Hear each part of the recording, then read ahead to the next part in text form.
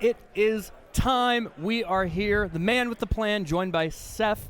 I am Mr. Mistopheles, and we are bringing you in with top 32 Street Fighter 6 action here at Roundhouse 2025, where we will be whittling down our competitors to get to that coveted top 8 spot. How are you feeling, Seth? I'm feeling really good. It's been a really awesome weekend so far. I mean, like, it's mostly homies in this bracket. Yes. It was really nice to see everybody driving in, flying in.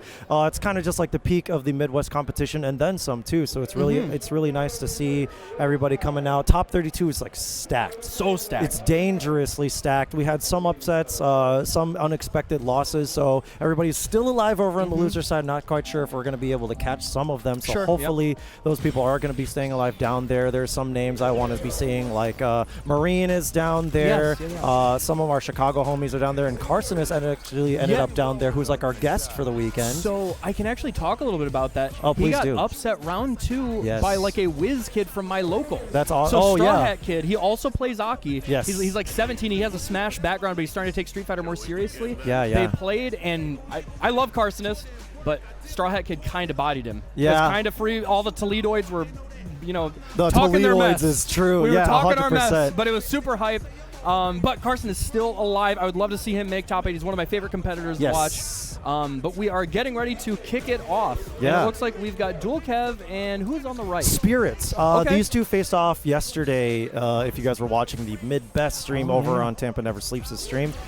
These two faced off. They were kind of like the end of the night as well, because they were fighting for the title of Mid-Best. So two of these guys already have the experience. By the time they were fighting, Spirit had like 1 life, and Kevin was already up 2. He was the anchor for Team Indiana. Sure, right. That went about as you would expect. Okay, so let's see if we're going to see something different today. Spirit got to be one of the best Chicago players. Okay. Definitely one of the best JPs in North America as well. But does he have the mettle to take on somebody like Kev? Kev, aside from being one of the best in the Midwest, he is one of the very best in the world. For sure. He is a traveled veteran at this point, playing against the toppest level players we have available. Yes. And this is going to be a real test of Spirit's mettle to really see if he can like stack up to that. Yeah, Spirit does have certain isms that can kind of be exposed right now. Like Amnesia being presented early is not necessarily one of them. That's just an unfortunate guessing situation there. Spirit does really try to like whittle your pressure or whittle your drive gauge down and pressure that really heavily. And then once he thinks that he can close it out with some buttons, he'll start to do a drive rush approach, maybe put you into a level 2 mix. Something that you can kind of see a lot from foreign JP players, especially the Japanese ones. Kakaru is very familiar with that. But Dual Kevin has a lot of matchup experience with that specifically. Already has Spirit in the corner, once again, with that low forward drive rush. And pretty okay on the drive spin too, but he does have level 2.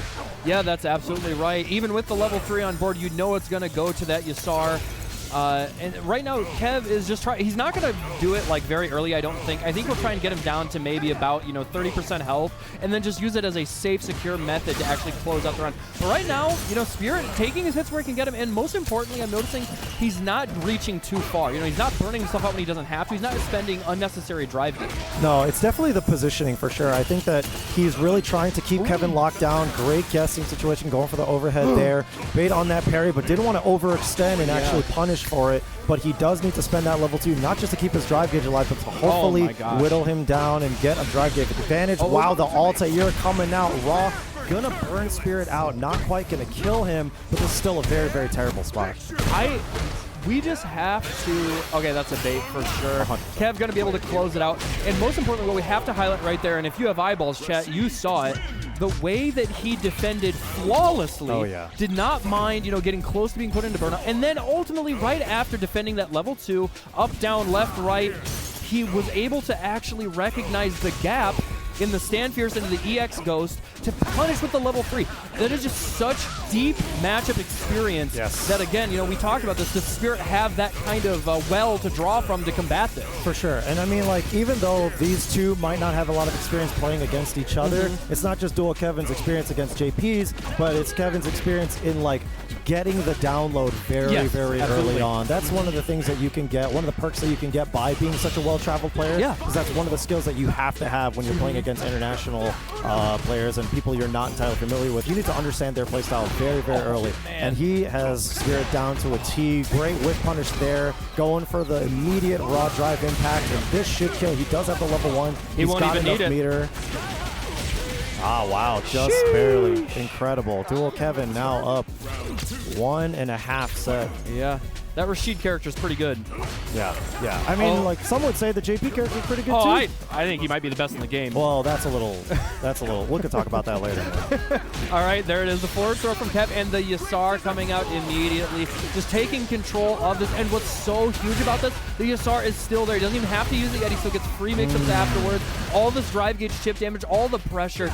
Things are just looking bleak. Spirit with his back to the wall. There he finds an opportunity. And the level 2 on deck, he's not out of the woods. No, absolutely not. Very good defense there from Spirit in the tail end of that pressure. Still keeping his drive bar alive, applying that pressure from full screen, trying to slightly close the gap just to make the approach very uncomfortable for Kevin. Yeah.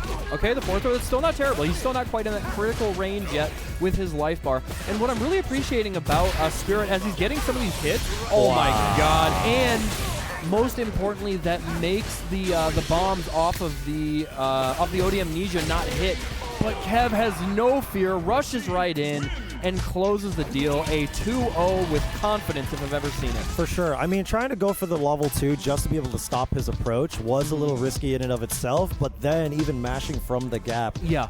Spirit looked like he was kind of getting greedy, trying to steal his turn back. It looks like they're chatting about it. It looks like Spirit is very much like, you know, not hurt by the loss, trying to just use this as a learning experience as he should. And that's kind of what we really appreciate with top-level players. I mean, Kevin is Midwest, right? Kevin's our next-door neighbor. He's going to be popping through no matter what. This is his first time at...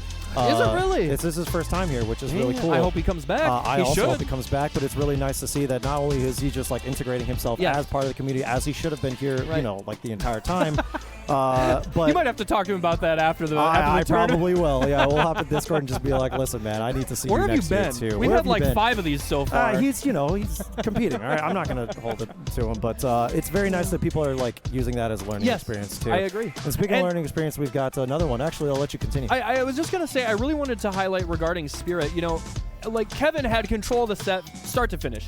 There were moments where Spirit, obviously, he was defending well. He was able to pick and choose his spots to actually like even up the life total or get something of his own offensively going, you know, to reset neutral, get himself in a more favorable position. But what I found really encouraging about watching him was he wasn't, you know, there weren't like these crazy level 3 spends where it wasn't going to kill, but he's like, I need to do something, right? That didn't happen.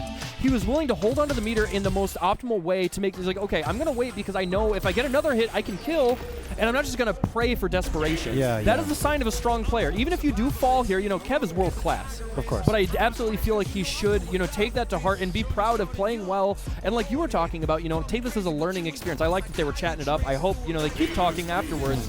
And that was winners, so they'll keep going. Yeah, he's got another 100%. Chance. We will see Spirit again later, ideally. I mean, he's, like I said, he's top class in Chicago. We'll probably see him once more, but we are going to see some top class coming in from Wisconsin. It is Jack and Great Fireball, both of these guys from Wisconsin, to best of the business up there. Shout out to Magic 4 FGC. You can see it on the jury. We wish you guys were here. We miss you guys. Yes, of course. I mean, we got Lizard Man in the house, so we got that one. Blizzard Man, Blizzard Man. Dude, listen, there are so many variations that can happen with that, right? Obviously, Lizard Man's fun. Blizzard Man's great. You can do, for Frosty Faustings, Blizzard Man. He's right, folks. When he's right, he's right. Possibly at Renaissance Fair, Wizard Man. That's so good.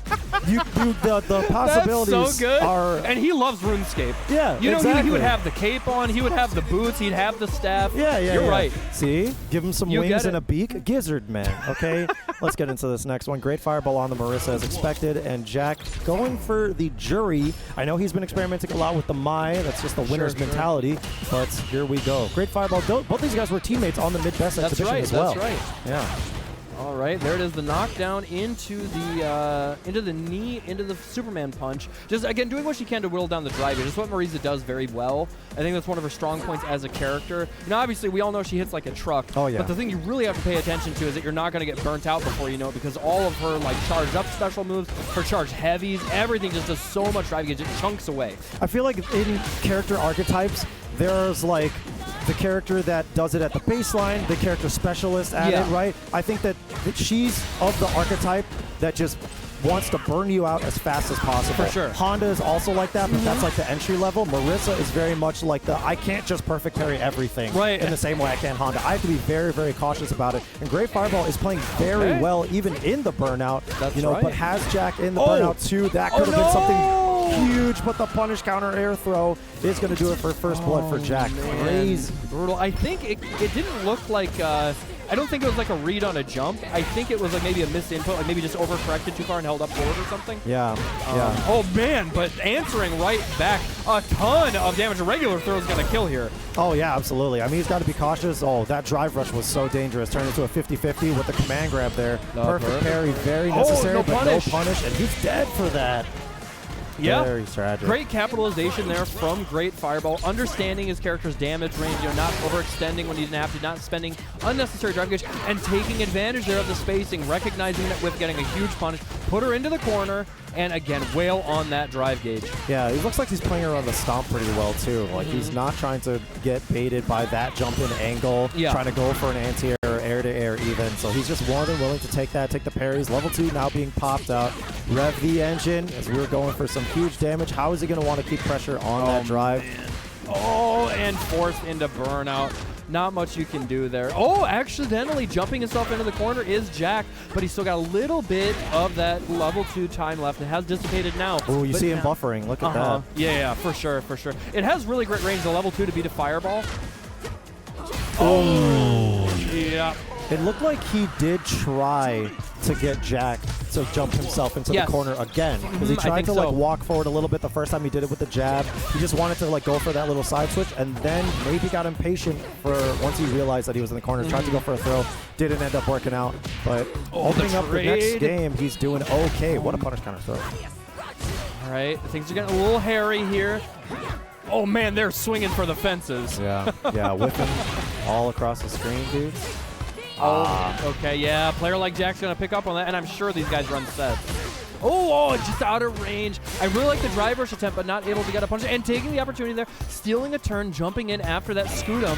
Oh! Yeah, that was a massive whip punish. I mean, trying to go for a fully charged down heavy punch from there, I'm not entirely sure if that was a play. Trying to maybe just see if Jack was going to walk into it. Yeah, yeah, I think so. And that is, like, the unfortunate... that is the like unfortunate truth regarding Marisa. She has to, sometimes she has to take these preemptive guesses. Like you kind of have to, because her buttons are so slow, her specials are so slow, and she doesn't really have the standard control to really just play a solid tight game all the way through. I think that there is truth to that for sure too. I think that when you have a player piloting her that already wants to be like, oh, I'm just gonna like throw things at him, and they're not gonna expect this, right? When you're sending these Hail Marys on a character that already wants to send the Hail Marys, it can like give you overconfidence. Yeah, for sure, for sure. So I wonder if Great Fireball is kind of like sitting in that mentality where he just like wants to just like let Jack walk into things. Sure. But it looks like he's doing the clean for himself. Yeah, that was a jump out, so he tried to float, but still gets around with the command. Okay. Yeah, that American reset, we'll take that. That's definitely not something he's going to shy away from. And again, you know, with Marisa, you kind of have to take what you can get sometimes. Now, that is all to say, you know, I'm not downplaying her. She is much better than she was. She's actually, I think, a pretty strong character, and I think a solid mid-tier. Yeah. I think that there's so few characters that can be contender for, like, this character is just unfunctioningly bad. Yeah. I don't think that there are any of those, right? No, yeah, even Lily. Even Lily's in the right hands very strong, you know, any given Sunday. Absolutely. I mean, Marisa, too. It's just like, there's just so much conversation around these kinds of characters. What a pickup from the punish counter and the fireball. Has him in the corner. This is going to be really bad for the drive. Yeah, you just got to spend the drive reversal, burn out of your own volition, and then really try to get yourself away from that corner. All right, the forward throw going in there with that Superman punch. Oh, actually, that's a great trade for Fireball. Oh, his damage is going to be crazy. He's going to get basically all of his drive gauge back. Most importantly, he has the corner now. This is a tough spot for Jack to find himself in. For sure, and without the super meter too, he's just going to have to, like, oh my god. That's he spent everything just to ensure that he burns him out before he could EXDP, but landing a hit there, he's got to make sure he doesn't get thrown, doesn't get hit from front. Wow. Dude, you see what I mean? You see what I mean? Who just sends that? You just send that. On the burnout, if it blocks, then that's great, but oh man. Great Fireball taking a huge risk there. Okay, the throw attack. Recognizing some of Jack's player habits, Big pickup, though. A good chunk of damage. Oh, actually had it, but maybe just a weird spacing issue or a slight timing issue. Maybe he would have delayed it a little bit. Okay, but it doesn't matter. Already back in the corner is great fireball. Back to the wall. More specifically, another punish counter throw. Ooh. And the big whiff. Jack is going to take that to the bank. First round. Looking at set point. Yeah, looks like Great Fireball was very uncertain on how to get out of that corner. Big whiff punish to start things off from Jack. Already getting into the corner yet again, pretty inexpensively too. And that level 1 is on deck, just going to use the armored option. Oh, and the drive rush, brute force that 50-50. I like that. And honestly, that drive reversal plays into Great Fireball's favor. Oh, look at this. The drive gauge is really low for Jack. Oh, yeah. I mean, it's got that stomp too. So he could just try to like do things like that. Oh, but spends the drive rush? He's got to be feeling confident right now. That's a dangerous thing to do against Marisa. We've already seen it, and we know that if she actually gets a hit, she hurts, unlike almost any other character in the game. And I like him pressing the offense here. Even if it's not leading to anything, it's making Jack uncomfortable, and it's giving him a chance to actually, capitalize on a mistake. Ooh. That's still okay. He spent a lot of bar trying to close that gap, trying to take advantage of the CA that he's got too. Keep himself safe, goes in for that body splash. If he can end this without spending super, it's ideal. Oh, the perfect parry. Okay, I don't think he can kill from level 2 here. Yeah. I don't blame him for spending. Jack does have great reactions. He's a young man. We know, if you try and test him, he's going to respond. So, Great Fireball, you're just going to guarantee that win there. Don't be stingy. Don't be cheap on the first date. For sure, absolutely. But if you're Jack, you're more than happy to lose the round that way, right? Like now he's got no bars. He's going to have to spend way more drive bar in order to play defensively. So now you're seeing Great Fireball play a little bit more aggressively with that understanding. Lifting that from full screen, spending the early level 3. And it's going to guarantee the burnout. The lawn is looking dead. It's no longer greener on the other side here. Great Fireball on the back foot as Jack just capitalizes on all of these moments here, taking advantage of this and going to go for the DI there. As long as there's not a weird drop, this will end it. Jack closing it out in a hard-fought battle. 2-1. The double P? Oh, was it a yellow diamonds look like PP? I was gonna say it. You beat me to it. I had no joke. I have this. Hold on. You have that in the notes app? I have it in. I have jokes to pull off at Roundhouse commentary, and I scratched one off for you. I've got 3 of them. Yellow diamonds. Yeah, you do. Yeah. I can't believe you beat me to it. I'm so salty. Sorry, man. I'm so salty. It's PP. It's fun. Sorry about that, chat. You know what? Yeah. That's whatever. Things like that, you just got to keep whatever. Losing, man. Sorry. It's an original joke, but I just knew. I know you well. I know you so well. Anyway, I want to get to a guy that we haven't seen in a long time in Chicago, Banana Jin. Yes. This is a Street Fighter 4, Street Fighter 5 player that was very active at Ibuki. I think he's on Kimberly now.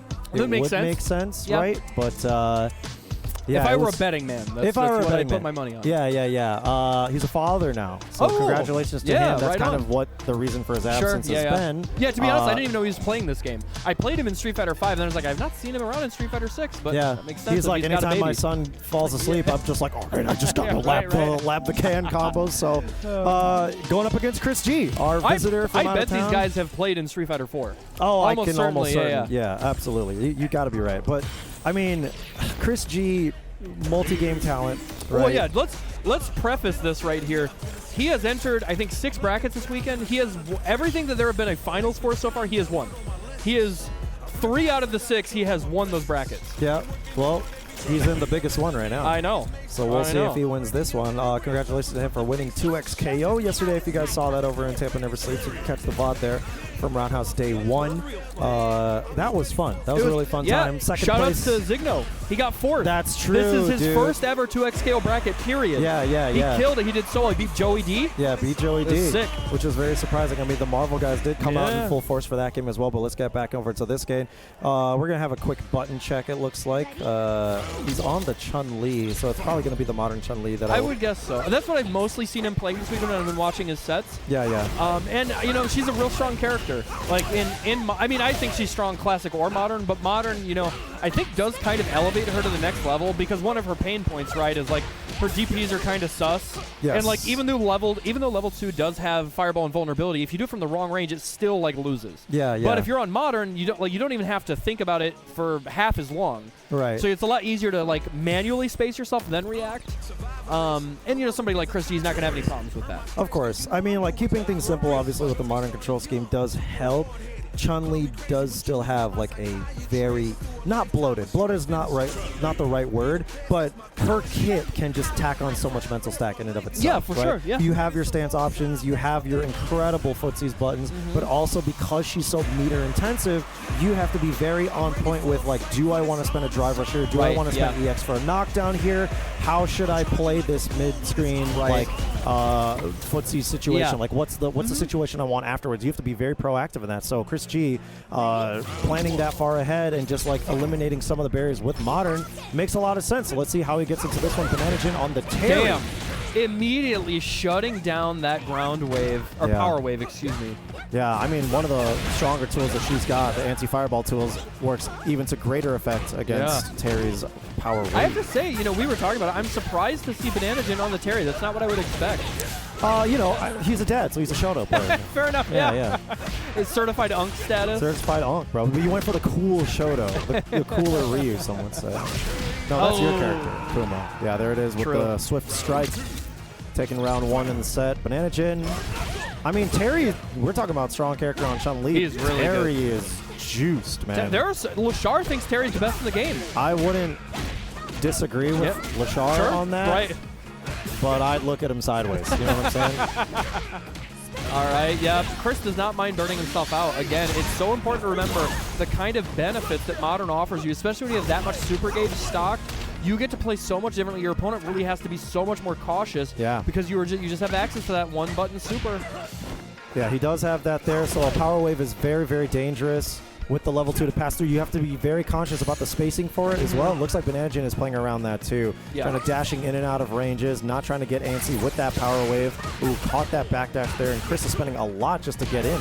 Oh, clean hit. Oh, he dropped, and it's going to cost him, Seth. That's more than enough. Keep it simple. CHRISG takes the first game. Look, both of those guys, if you saw, we can see them. They're both shaking that one off. They're just like, yo, hey, it happens. It happens like that. And it is important to know, it's really easy to get tilted off of something like that if you're Bananagen, but he's a veteran. He's been playing fighting games at a high level for like 15, 20 years now.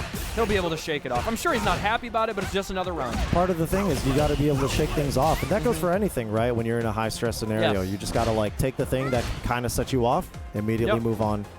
Don't dwell on it. So Bananagen not dwelling on that one. Still in a very good spot. 20 seconds in. Oh, interesting.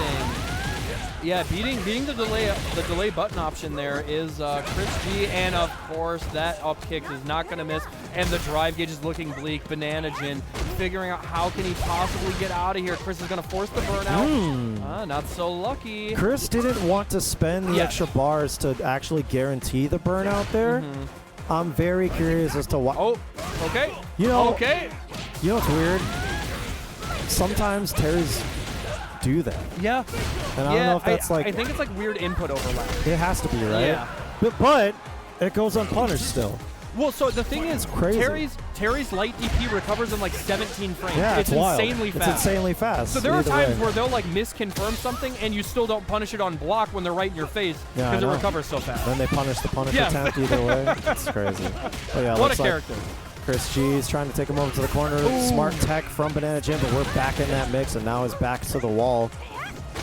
CHRISG just going to go for these crouch fierce pressure after the throw. Oh, I mean, that's something that Goichi does a lot, too, where he'll use crouch fierce as the footsie's tool. Because of how active it is, you'll swing into it, probably. That's a very good point. All right, playing a little patient, both of these guys. Nobody wants to really overextend. And again, that is a sign of like, oh wait. Oh, it was, okay, I didn't see what it was. I thought it was the startup of a drive rush. He should be able to kill here. Level 1. Oh, not quite. Look, he's trying so hard. Check from the jab, the true string. CHRISG able to close it out. Sweet and simple. Even in the face of what could have been a tenuous spot, that level 1 not killing left him very low on drive gauge, no super meter. But Bananagen able, or not able, rather, to get enough momentum back on his side. You know, those jabs from Chun-Li are such a good stop sign, especially at the end of the round. So low committal and an easy way to get those 1 or 2 hits that you need. Yeah, absolutely. I mean, like, her jab especially, not even like just as the block string pressure, like in neutral, it's an incredibly strong tool. Best jab in the game. Stupid fire. It's a sword normal, for sure. Yes. So used it to great effect. Even in the modern scheme, looks like CHRISG was just very prepared for everything. I was expecting to see the Mai, I'm not going to lie, but still happy to see the Chun. That's my character for now. So. Well, I guess, you know, thinking about it, maybe it was like a month or so ago, I remember seeing a tweet from CHRISG saying that he actually feels like Mai is overrated.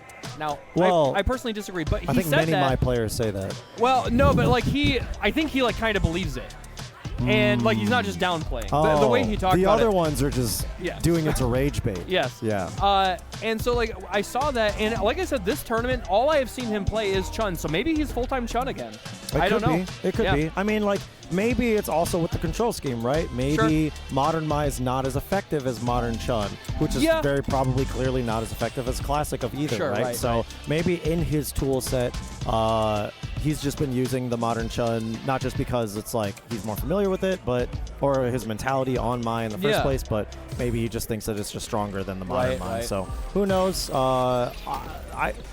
Honestly, I think that's a weakness of whenever we talk about Street Fighter, is like not talking about how characters can function differently with modern. Yeah, sure. And it's you can talk about like execution barriers getting removed and tool sets being like recontextualized, but it makes it so that, like, yes, your super gauge is way more accessible. Yeah. Your ground game is so much stronger because you completely shut off the sky, right? And I'm so curious as to looking at those two characters through that lens, but that's a conversation for another time, possibly. I think you bring up good points. We are getting into our next match. Whoa, I would not expect Zach to play Bison. Yeah. So we've got Zach in a Box versus Mia. Mia and Eli both came in from, I think, Indiana, if I remember correctly. Yes. Well, Eli, from what I remember, I don't remember if he moved to Indiana, but I know he does work for college, NIU, I believe. Yeah. So, in Northern Illinois. Or, sorry, Central Illinois. But anyway, Zach in a Box has been on the Bison. Yeah, he's a full-time student now, so he's trying to. This is a working man's character. This is a 9 to 5. You are absolutely correct. If there was ever a character that you did not have to overextend your brain to play, I think it is Bison. But we all play with the same cast. Everybody has access to the character select screen. He's making the salaryman choice. Absolutely. And right now it's paying off. Yeah, Mia playing one of the most unemployed characters in the game, I would want to say. Dawson takes so much effort, but to great effect when it works, and it looks like Mia is trying what to a pickup! Yeah, I know. That was actually really unfortunate there. Oh, but no pickup from the punish counter. Oh, okay, she can chip out. It failed. Oh, my God. She had the read, but it was just a frame too quick. Yeah. So, I mean, she set up that situation, right? Tried to go for the chip, tried to cover the jump in, but that's jump fierce, goes deep, just wasn't ready in time, and now Mia's back to the wall spinning. The driver trying to get out. I have to imagine if that situation comes up again, she just spends the super bar. She's not gonna be greedy about it. She guarantees the kill. Possibly, for sure. You can see she's much more conscious about keeping Zach in Box out of the sky. Yeah. And Zach in Box could try to recycle that Shadow Rise options, but he's really focused on walking forward, keeping Mia in the corner. The threat of a teleport is always there, so he could be looking for a jab to punish there. Oh, punish counter. Decent amount of damage, but most importantly, Zach in the Box keeps control, just caging Mia here, not letting her get any sort of space. She dropped the level 3. Okay. Surely that would have been level 1, but she dropped it nevertheless, able to close it out. That's the most important part. I mean, that was a very dangerous EX Cycle Crusher that she swung into, too. Just if it was delayed by a little bit, she would have got counter hit. Would have been really bad. Perfect. Optimal punish here. Never mind. Okay. Yeah, things are getting a little hairy here. A little bit of a scramble. That will be a punish. Not much from Dalton, unfortunately, but... Yeah, not much in the light department without spending too much meter. Look at that. She's playing around the throw game very well. Man, there are a lot of uncharacteristic drops. You know, sometimes there's a little bit of nerves once you get here up on the stage, right? Yeah, I think she's really looking to just pressure his drive right now, understanding that Zack in the Box is holding charges, trying to play down back. There's that teleport. So tricky. Really tough to deal with that tick throw situation. You know, you don't want to get counter hit, especially that low on life. It would have meant certain death, but... Yeah, I mean, certain death is within sight right now for Zack in the Box. He's got to be very, very careful. I mean, possibly even depending on the hit. All right, there it is. Okay. Just dropping. Again. But she's trying to remain composed, going to force burnout. I love this. All right, but I mean, here we go. 0 on block. Big jump in. Actually whips, and Mia gets the punish counter throw to take game 1. I mean, she's got to be really happy about that one after all. Oh, for sure. I'm sure she let out a big sigh of relief. You know, if there were so many things that like went wrong by accident or otherwise, and it could have been really easy for Zackbox to just kind of steal that away. Yeah. But ultimately, she remained composed. You know, she kept her mental sharp, and she closed it out herself. She takes the first game. There we go. Seeing the Shadow Rise come back in, the Devil's Reverse from Zack in the Box out in the corner. Pseudo Infinite. Yeah. the silver rank Infinite. Ooh, perfectly spaced dive kick there. Super plus. No conversion from Zack in the Box. Comes a Jack in the Box. Hey, I saw what you did there. That's pretty clever.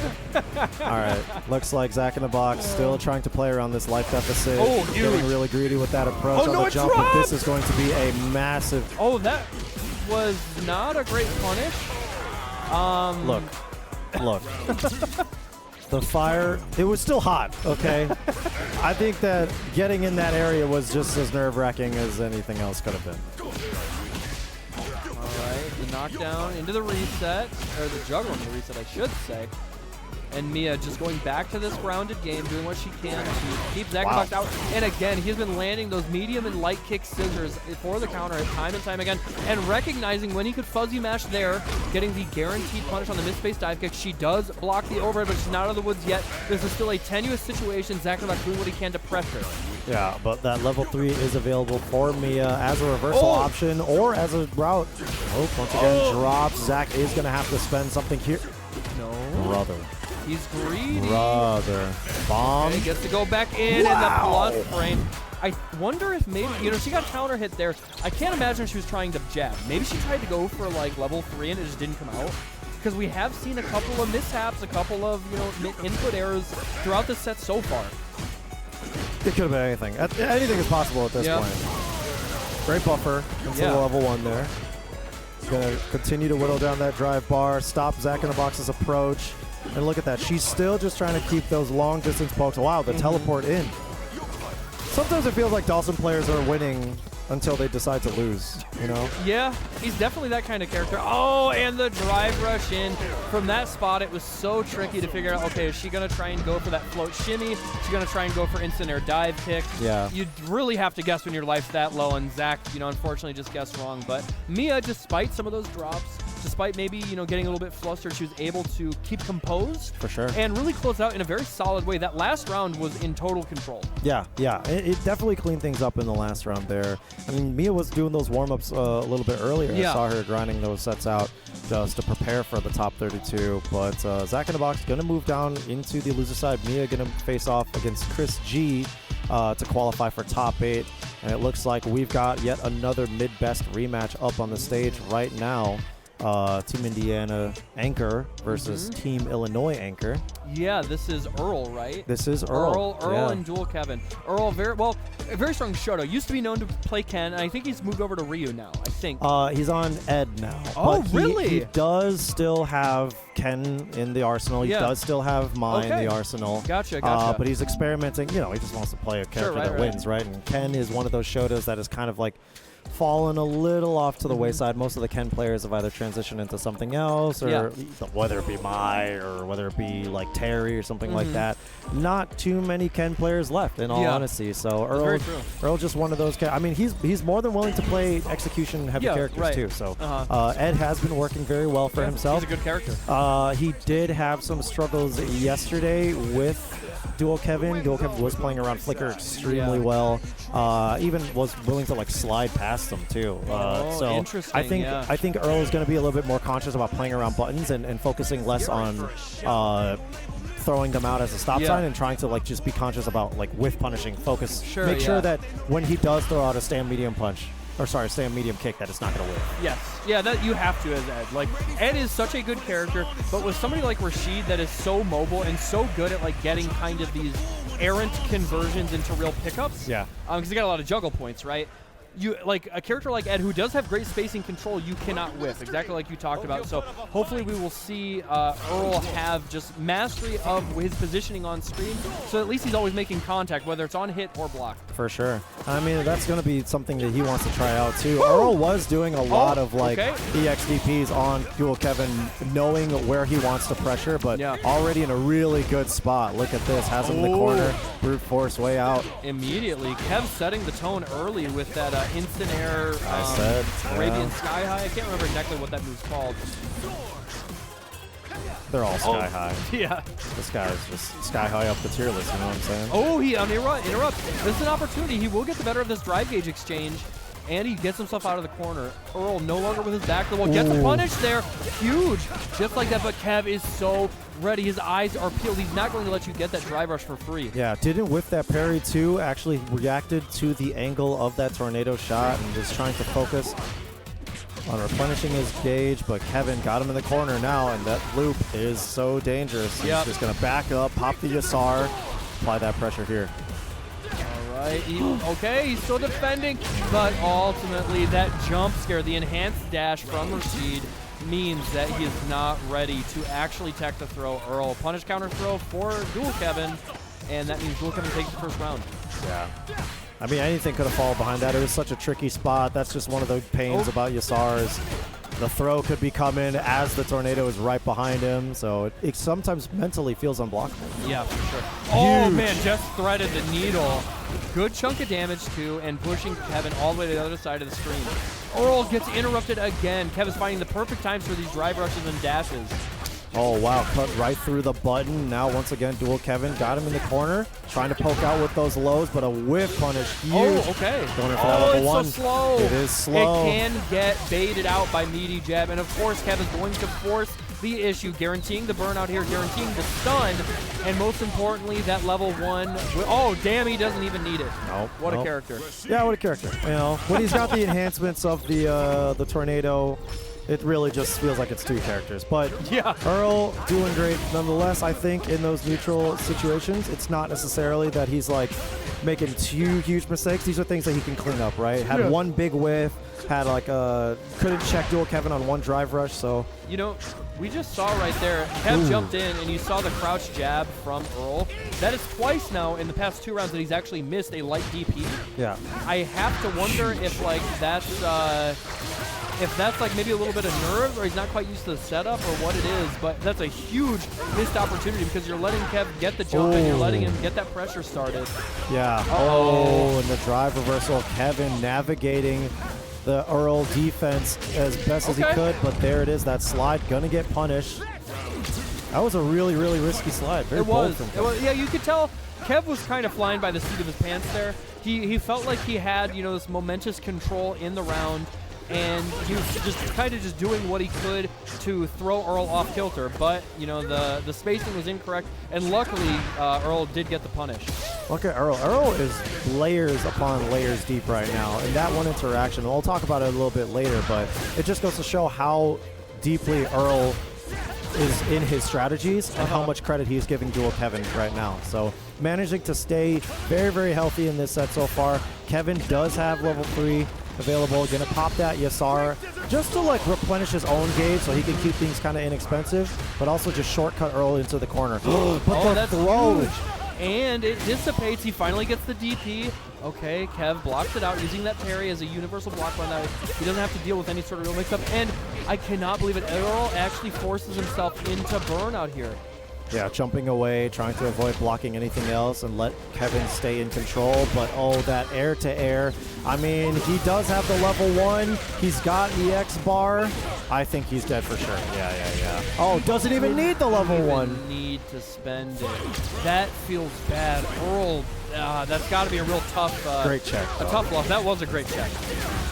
Yeah, that definitely feels bad because look at him now. He's got that level 2. No whiff punish coming out from Kevin, but still going to pick up from that neutral jump. Ooh. He's looking to force burnout, looking to drive gauge. Yeah, but there it is. That drive reversal going to stand in front of that. Oh, man. Just going to catch. And he's got to be ready. He wants that DI. It's worked for him twice before, but here we go. That throw far away. Yeah, the surprise dash. All right, Earl doing what he can to try and get out of the corner. He will take that, and he's close to recovering from burnout. The throw tech saves him. Kev immediately interrupting, recognizing that the light into drive rush is not real. Oh, what a check there on that fake drive rush pressure sequence. And Earl just trying to position, and trying to put those buttons out to keep his bar alive. That could have been a hit confirm into level 3, but he's not dead just yet. Gonna block this one out. Tries to jump out maybe, and caught on the pre-jump frames. And Kevin doesn't drop these, man. He's got this routing. It could be routing into a level 1, and that is gonna do it for dual Kevin versus Earl, taking it 2-0 in the set. That was clean. That was very clean for both of them, I think. Yeah, I think as the set, like at the start of the set, things were looking a little jumpy for Earl. You could tell he wasn't very comfortable anti-airing, and he was struggling a bit to handle some of Kev's erratic movement. Sure. But as it went on, you could tell he felt a little more comfortable. He was getting more into his zone, and he had moments where, you know, we talked about it right at the end. He had that, I think it was like stand fierce into flicker that he could have confirmed into level 3, and it would have won in the round. And I think he already had a round at that time, so it would have been the game.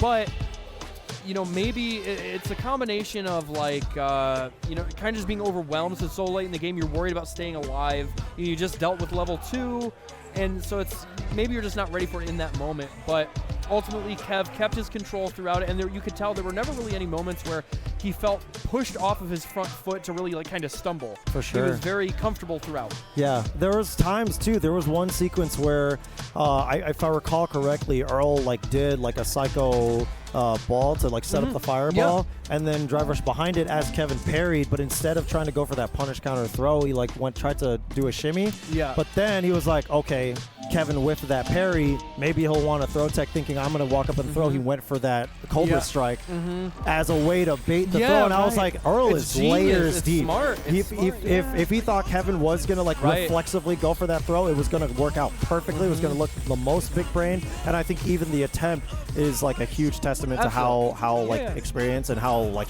deeply strategical Earl is. So that's why I feel like even throughout that set, Earl played like there were some anti-air mishaps. Yes, there were some whiffs, things that we had kind of talked about at the beginning.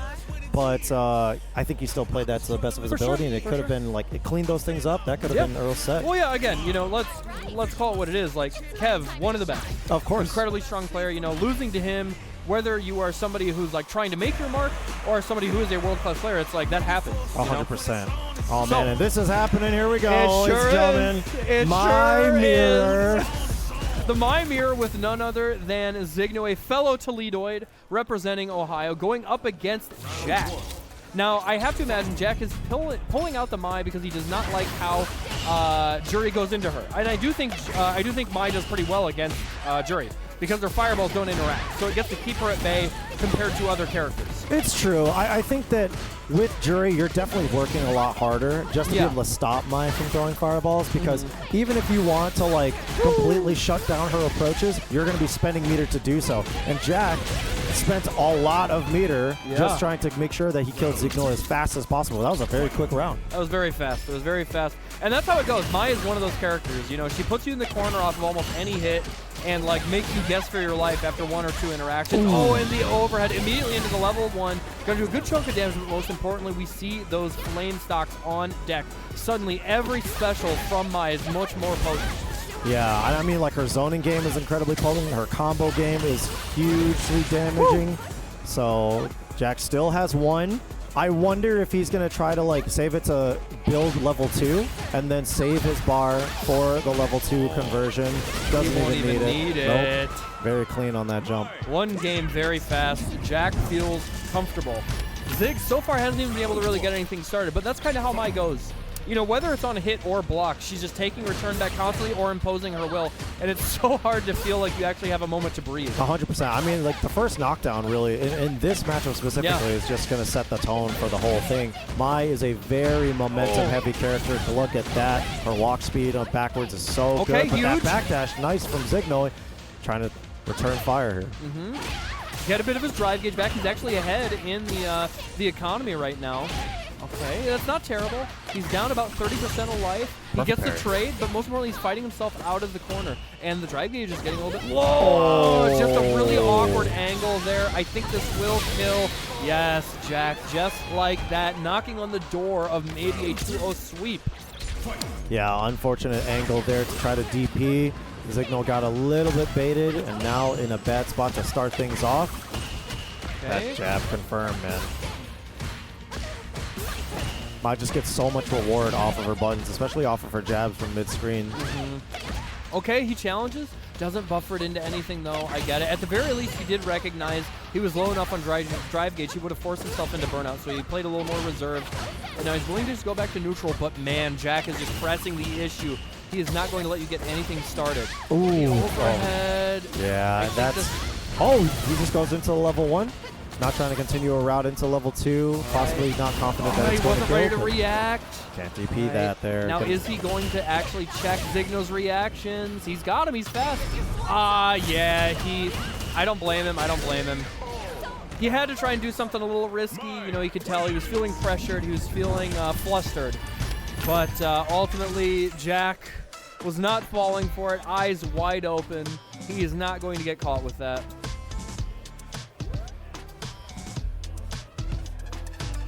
Just a tough loss. Tough loss. But that's how it goes sometimes. You're giving Zignal a lot of credit there. I'm giving him a lot of credit. Hey, where are you from? I'm giving him a lot of credit. Like I get it, because like in the empty jump situation like that, like a lot of people, it was at a weird angle where it wouldn't be unlikely that like Jack would have gone for perfect parry. So it's like, okay, if he goes for perfect parry in that situation, he might try and do like a reflexive throw to not get thrown. Then the level 3 would hit. But I'm not gonna try and say it wasn't a desperate gamble. It was absolutely. But Zigno is a good enough player to recognize when he's getting outplayed. Yeah. I think how it goes. That's the other thing too, is like when you are in a situation like that, like if you want to try to seize momentum, we were talking about how momentum heavy Mai is as a character in the first place. Yeah, you're gonna try to send like your one ace in the hole. Right. You'll never expect the empty jump level 3, and then you hopefully just steal your round away, right? So but I can kind of Jack's not gonna fall for that.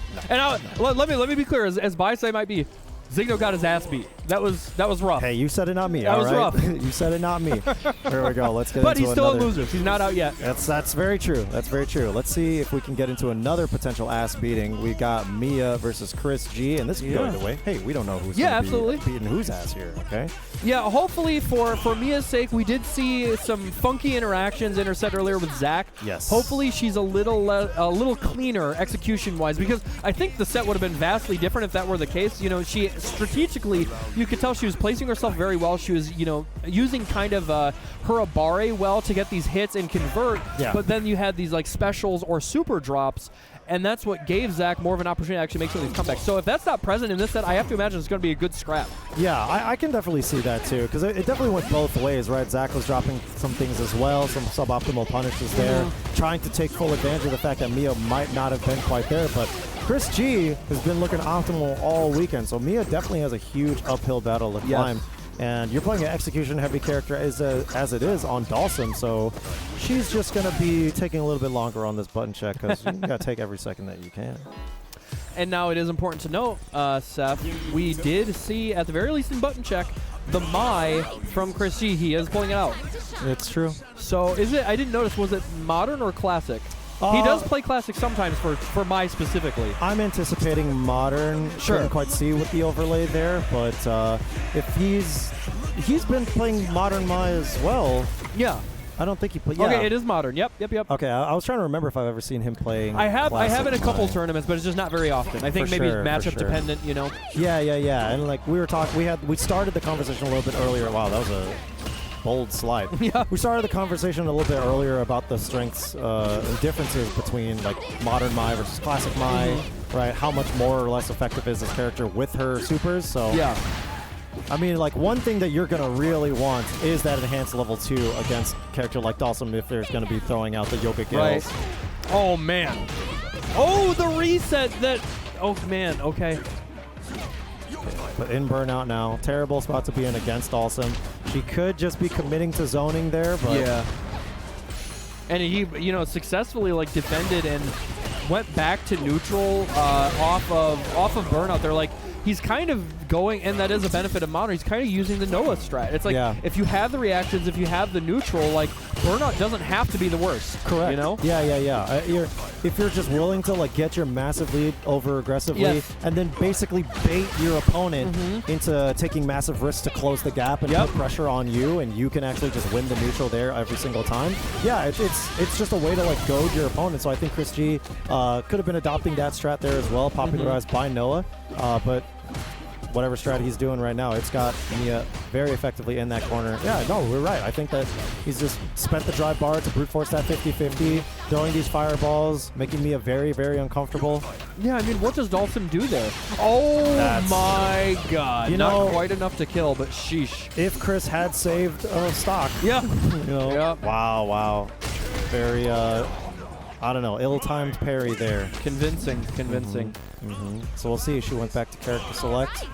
She does have a slew of characters. I've seen her play Blanca, of course, Lily. I think I've seen her maybe even play Ed, but she's going to stick with the Dhalsim. I do think out of the characters that she plays, I think this is the best that fits her comfort and like where it's at, where they would actually be placed in the meta. Yeah. Like, because of them, I do think Blanca is a better character than Dhalsim and Lily. She might not be as comfortable. For sure. Yeah, and I mean, like, Mia's definitely got the most experience on Dhalsim at this point. And Maya's a very popular character, so she probably knows how to be playing this one. What a jump in. I know. And I mean, like, when you're throwing out buttons as Dhalsim, like, you just have those extended hurt boxes, so... And Maya's going to pick up from no matter where she is on the screen. Okay. Throw bait there, but... Oh, huge! Huge DP bait there, back-to-back with those baits. Mia's going fishing. She's got a whole tackle pod. She does, dude. Oh, okay. Okay, punish. Oh, and look at the drive gauge. Yeah, now, we know that hasn't exactly mattered, but yes. suddenly she is piloting Dhalsim like it is that Mango Sentinel, moving all over the screen to get these punishes, instill her will, and now suddenly things have turned around and things are looking pretty good for Mia. I like That's safe, yep. Spends that level 1, keep yourself safe, but applies so much chip damage, and even though Chris is back and healthy, you feel like Chris is going to spend the bar himself for you, but unfortunately getting clipped by that low forward, going to route into that, and now CHRISG at set point. All right, Mia's going to have to dig deep. She doesn't have a lot of drive, or doesn't have a lot of super gauge to her name to work with. The perfect parry is an opportunity to get something started, and the burnout immediately from CHRISG, and so far we have seen it doesn't really matter, Seth. Ooh, look at that pickup. It looked a little deep underneath there, but Maya, with them thighs. Definitely big enough to get caught in that combo. Okay. Great response from Mia. But he's out. Yeah. And even if that didn't, sometimes that does hit, depending on the character and like the spacing. But even if it doesn't hit, Chris is just happy to get out of there. He doesn't have to deal with any sort of this like goofy pressure from Dhalsim. For sure. But I mean, like, if Chris is going to continue the strategy of just like spending his bar, I'm sure Mia's just playing around that right now. Let's see if it's not going to happen too late to be in her favor. Walking Chris into the corner, but wow, that level 2 taken to the skies just to be able to get over. But then once again, backing off. Still feeling very comfortable about the position that he's in. Okay. Oh man. Okay, there's gonna be a lot of damage, and Chris actually has to worry about. Chip. Yeah. Look at that. Oh, the parry. I wonder what Mia was anticipating. Maybe the dive? Not quite sure, but she's also kind of... Well, it was the dive. It was the dive. It was the dive. Oh, man. She had such a sound strategy and was playing so well. Yeah. Spacing herself correctly, choosing the right buttons to make sure, it wasn't getting into the air for free, throwing fireballs at the right time, but Chris, just the everlasting patience and recognizing, especially with Modern, you get that faster dive kick even. You get to jump in the air, almost do an instant dive kick.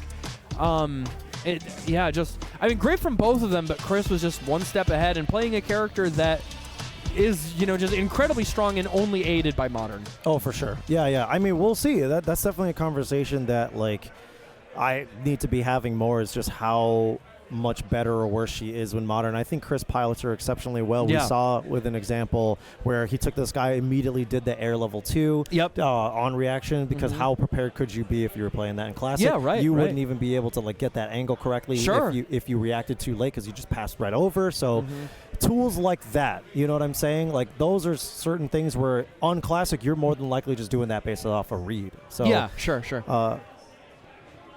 Okay, but we're gonna talk a little bit about something else, something important. What are we gonna talk about? I think that we, have to talk about the reason that Roundhouse is able to exist this year. Shout outs to Red Bull and Red Bull Tetris. I know you guys are really pushing this Tetris thing, but Tetris, lifelong game. Yeah, it's been around forever. American staple. Glory to Mother Russia. That's a game that comes from the motherland. I did not know that. Yeah, invented first in Russia. Back That's in so cool. I think back in the 60s or 70s, something that's around forever. Oh. One of them Cold War strats.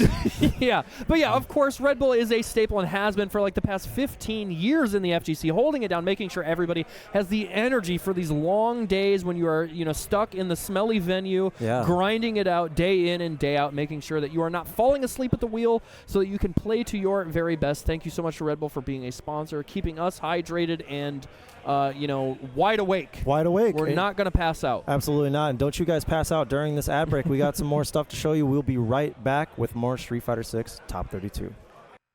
To Roundhouse 2025, the Street Fighter 6. We are in top 16 territory now. Hope you guys enjoyed those lovely messages. And I wonder who could have joined us during that ad break. Some special people. It's a little smelly. Does it smell like trash? Like maybe like a dumpster? I don't know, but they talk a lot. I can kind of hear them talk a lot. It could be like some trash talkers. Shout outs to Brian F for the huge raid during the break, and all you Brian F'ers for joining us at Roundhouse 2025. We are about to continue the action for Street Fighter 6 Top 16. My name is Seth, and I'm joined by my friend Mr. Mustafa. Of course. Could not be happier to be here as always. And we have got a banger of a match coming right up. The action does not stop. Looks like it is going to be Eli the Curry versus Galaxy Brand. Now, Galaxy Brand, another hometown hero for me. He is from Ohio, one of the strongest Blanca. Actually, probably the strongest Blanca we have. Very, very strong. Did incredibly well. Actually made the LCQ team last night for mid-best. And we're going to be seeing these two. Excuse me. Yeah, damn, it's gone by quick. I know, man. Oh, God, the weekend's almost over. Don't think about it like that. Let's not talk about that. But it looks like we're going to be having Blanca versus Elena. This is not a matchup we see basically at all. I know. I mean, Elena kind of came and went. We'll say it like that, right? Sure. People were, except for Japan, Dogro still believes. As you should. I honestly think that the strengths of this character are just kind of under-discussed and underutilized. Ohio's going crazy. Ohio's going crazy. Yeah, they're always the loudest in the room, 100%. I will wear that as a badge of honor. It is a compliment. It's very much a compliment. It's a very passionate scene. So glad to have them in the house. Here we go. The Elena from Eli the Curry. I mean, Eli the Curry is Shoto specialist, character specialist, I always want to say. He just loves Street Fighter. He plays so much Street Fighter, so he'll definitely be able to deeply understand the strengths of Elena, one of those which being very, very spacing trap reliant. And her movement is incredible. Yes, so very slippery. Very slippery, has a slew of strong buttons to be using on the ground, and even in situations like that, just putting yourself in the mix there, brute forcing those 50-50s, and it looks like Galaxy Brand is just going to use the end-all be-all answer with the perfect parry. Man, he's trying to set the tone quick. Tried to go for a delayed up ball there, didn't quite get it, but the stand light kick will actually work to, kind of do a fake and here. Will be able to kill Eli the Curry. Doesn't even have to spend the level 1. That is a big win for him. I mean, sometimes people forget how much damage Elena can do. She hurts, man. When she's got you in the corner, it's a grip. Oh, didn't want to do the punish counter slide that you usually typically see. But Galaxy Brand now once again on the back foot. All right, already almost coast to coast. Eli the Curry just controlling the stage. So it went for the punish counter sweep. Didn't land its mark, though. And the plus frames into the level 2. Didn't cancel there. Okay, gets to try and follow up. Oh, no. Wow. Oh, an awkward punish, though. It was a bit weird. And immediately Galaxy Brand going right back in, setting down the doll and going for the enhanced version, but it's still coming. Tried to go for the burned EXDP. Himself out. Yeah, he went for the EXDP trying to cut through the cute guy, but unfortunately could not quite get it. He still has 3 bars, though. But that throw is turning into a one more guess situation, and the overhead comes out from Eli the Curry, taking game 1. Yep, that low committal overhead. It was a really great option with that much life left. Even if he had done the wake-up level 3, he wasn't going to die. He wasn't going to be burnt out. So why not go for it, right? Absolutely. Yeah, absolutely. I mean, he was definitely had a huge life lead. He had all the meter, even Look in at burnout. Eli. Look at him. I mean, Look at him. He's definitely a guy that keeps himself in high spirits. He's very passionate. He's also very, very active, win or lose. That's very true. That's very true. He will say a lot. He's definitely like, when he wins. Okay, look, I wish the camera caught that. Both of them, like, fist pumping together. Their jaw. I mean, that's good energy to have on the stage. Yes. These two players specifically. But here we go. Game 2. Galaxy Brand still committing to the Blanca. Oh, miss maybe a drive rush. Oh, it does get a pickup, but he wasn't standing. But the punish counter throw is worse for Galaxy Brand. The overhead target combo does land its mark. Huge punish counter, gets the side switch, but yeah, Eli the Curry's ready. He's got great reactions. Eli has been so ready for every single thing that Galaxy Brand throws at him, it seems. We'll talk about it as well in with the game 1 when he did that lightning beast, but great conversion from Eli the Curry. You know what I didn't even cross my mind, but it explains the preparedness. Mia plays Blanca at a high level. That makes perfect sense. It makes sense. Yeah. It makes a lot of sense. Lap the matchup at home. Yep. From the couch for sure. Look at Eli the Curry. Very commanding spot right now. Not going to spend any of that super meter, but going to throw no-throw loops. All right. Gets the side switch. Actually wasn't ready this time around. Oh, no. Puts himself back in the corner of Galaxy Brand. There's a tough spot. Actually gets that stand roundhouse. There's a good chunk of damage. Oh, man. Really trying to get all the gimmicks. Wow, always catching him up out of the air is going to go to level 3. There it is, Eli the Curry already standing up. I think that is going to be enough. Yep. Oh, the pickup from Eli, the preparedness, we talked about it. Yeah. He is ready for any situation. He's going to make it count. He's going to optimize it. He is. Damn, I think that the passion from these players turned off the setup. That's actually crazy. Oh. But, yeah, man, both of these guys, great energy from both of them, obviously. Yeah. Just discussing it right now and how the loss happened, but the level of preparedness from Eli, like always checking Galaxy Brand on the side switches, even in the game 1 where he had the lightning beast. Yeah, it was an on block situation. Yeah. The block ball comes in through, and as he's coming from the bounce back, tries to go for that block a dive. Eli had already preemptively backdashed, was ready with that punish. Could not quite clean it up after he had baited the OD up ball afterwards, but still, like the amount of studying that he's got to have done for the Blanca matchup specifically, it looked like he was so ready. Yeah, I think it's very clear he's done the homework. And again, what better training partner than Mia, another high level player. They both play the game at a very high level. Yes. And Air Tony almost biffing it. Be careful, Tony. Come on, bro. Man, dude, I was so hoping for Tony and his brother to remain alive. Oh, so that's his brother. Me and Zigno were talking. We're like, there is somebody here that looks exactly like Air Tony, but we don't know who it is. So he has a brother. Are they like actually twins? They are twins. Okay. They are twins. If Brandon was around, I would tell him. Yeah, that explains right it. There. Yeah, he's Tony's twin brother. But Zigno was like, dude, I saw a guy that looks like exactly like Air Tony down there, and it's like I don't know who it is, and like I don't think he has a brother, but that explains it. It's not a weird like doppelganger. It's not some David Lynch villain. It would be weird if they weren't brothers, but they were just like good friends and they look like each other. Exactly like each other. You ever hear about those couples that like look like each other? Like they look like they could be siblings sometimes. Strange. And it is a strange phenomenon for sure. But yeah, these guys, I was really, really hoping that they were going to be facing off anyway. But that's my thing about Air Tony. Strong Cami player coming out from Indiana. Yes. And I mean strong, like very mentally good. as well. Highly studious, teaches me a lot about the game too. Constantly hangs out in the Discord call. He plays the game every day. Yeah. Every single day. So Ramsey, who does tend to take some RPG breaks. We'll see if he's on point this weekend. He was feeling a little less confident throughout the weekend. I think that he's incredibly strong in the clutch. Super good. He's super strong in the clutch. So Ramsey should never count himself out, but he can kind of beat himself up a little bit. Sure. He does really well when he's under pressure, though. Yeah, I think so too. Yeah. So if Air Tony is going to be like putting the bricks on him, I'm sure Ramsey's going to be able to respond accordingly. There were just moments throughout mid-best where, it's like some DPs were kind of like needing cleanup. He just wasn't able to establish pressure, kind of had some slow on some of the reactions there, and Air Tony is active. Yes. Active. So active and very safe. He plays very conservative, so he's so as to mitigate any like mistakes, right? Yeah. And that's something I noticed like watching his set. So it's going to be interesting to see. How Ramsey can, I guess, utilize the long-reaching buttons of a character like Sagat, but I guess in the face of the very slow walk speed and very slow drive rush. Yes. So it's going to be all about like preemptively positioning yourself well that you don't have to, stare down the face of the drive rush from sweep range or the dive kick from sweep range. Or he could just be like not managing fireballs at all and just going for big wins on Geef. We do know this is one of Cammy's worst matchups in the game. Exactly. Yeah, and I guess, even if he has been playing Sagat all weekend, he's not going to forget how to SPD. He's not going to forget how to poke. Oh, no. With like stand medium punch, that crouch jab.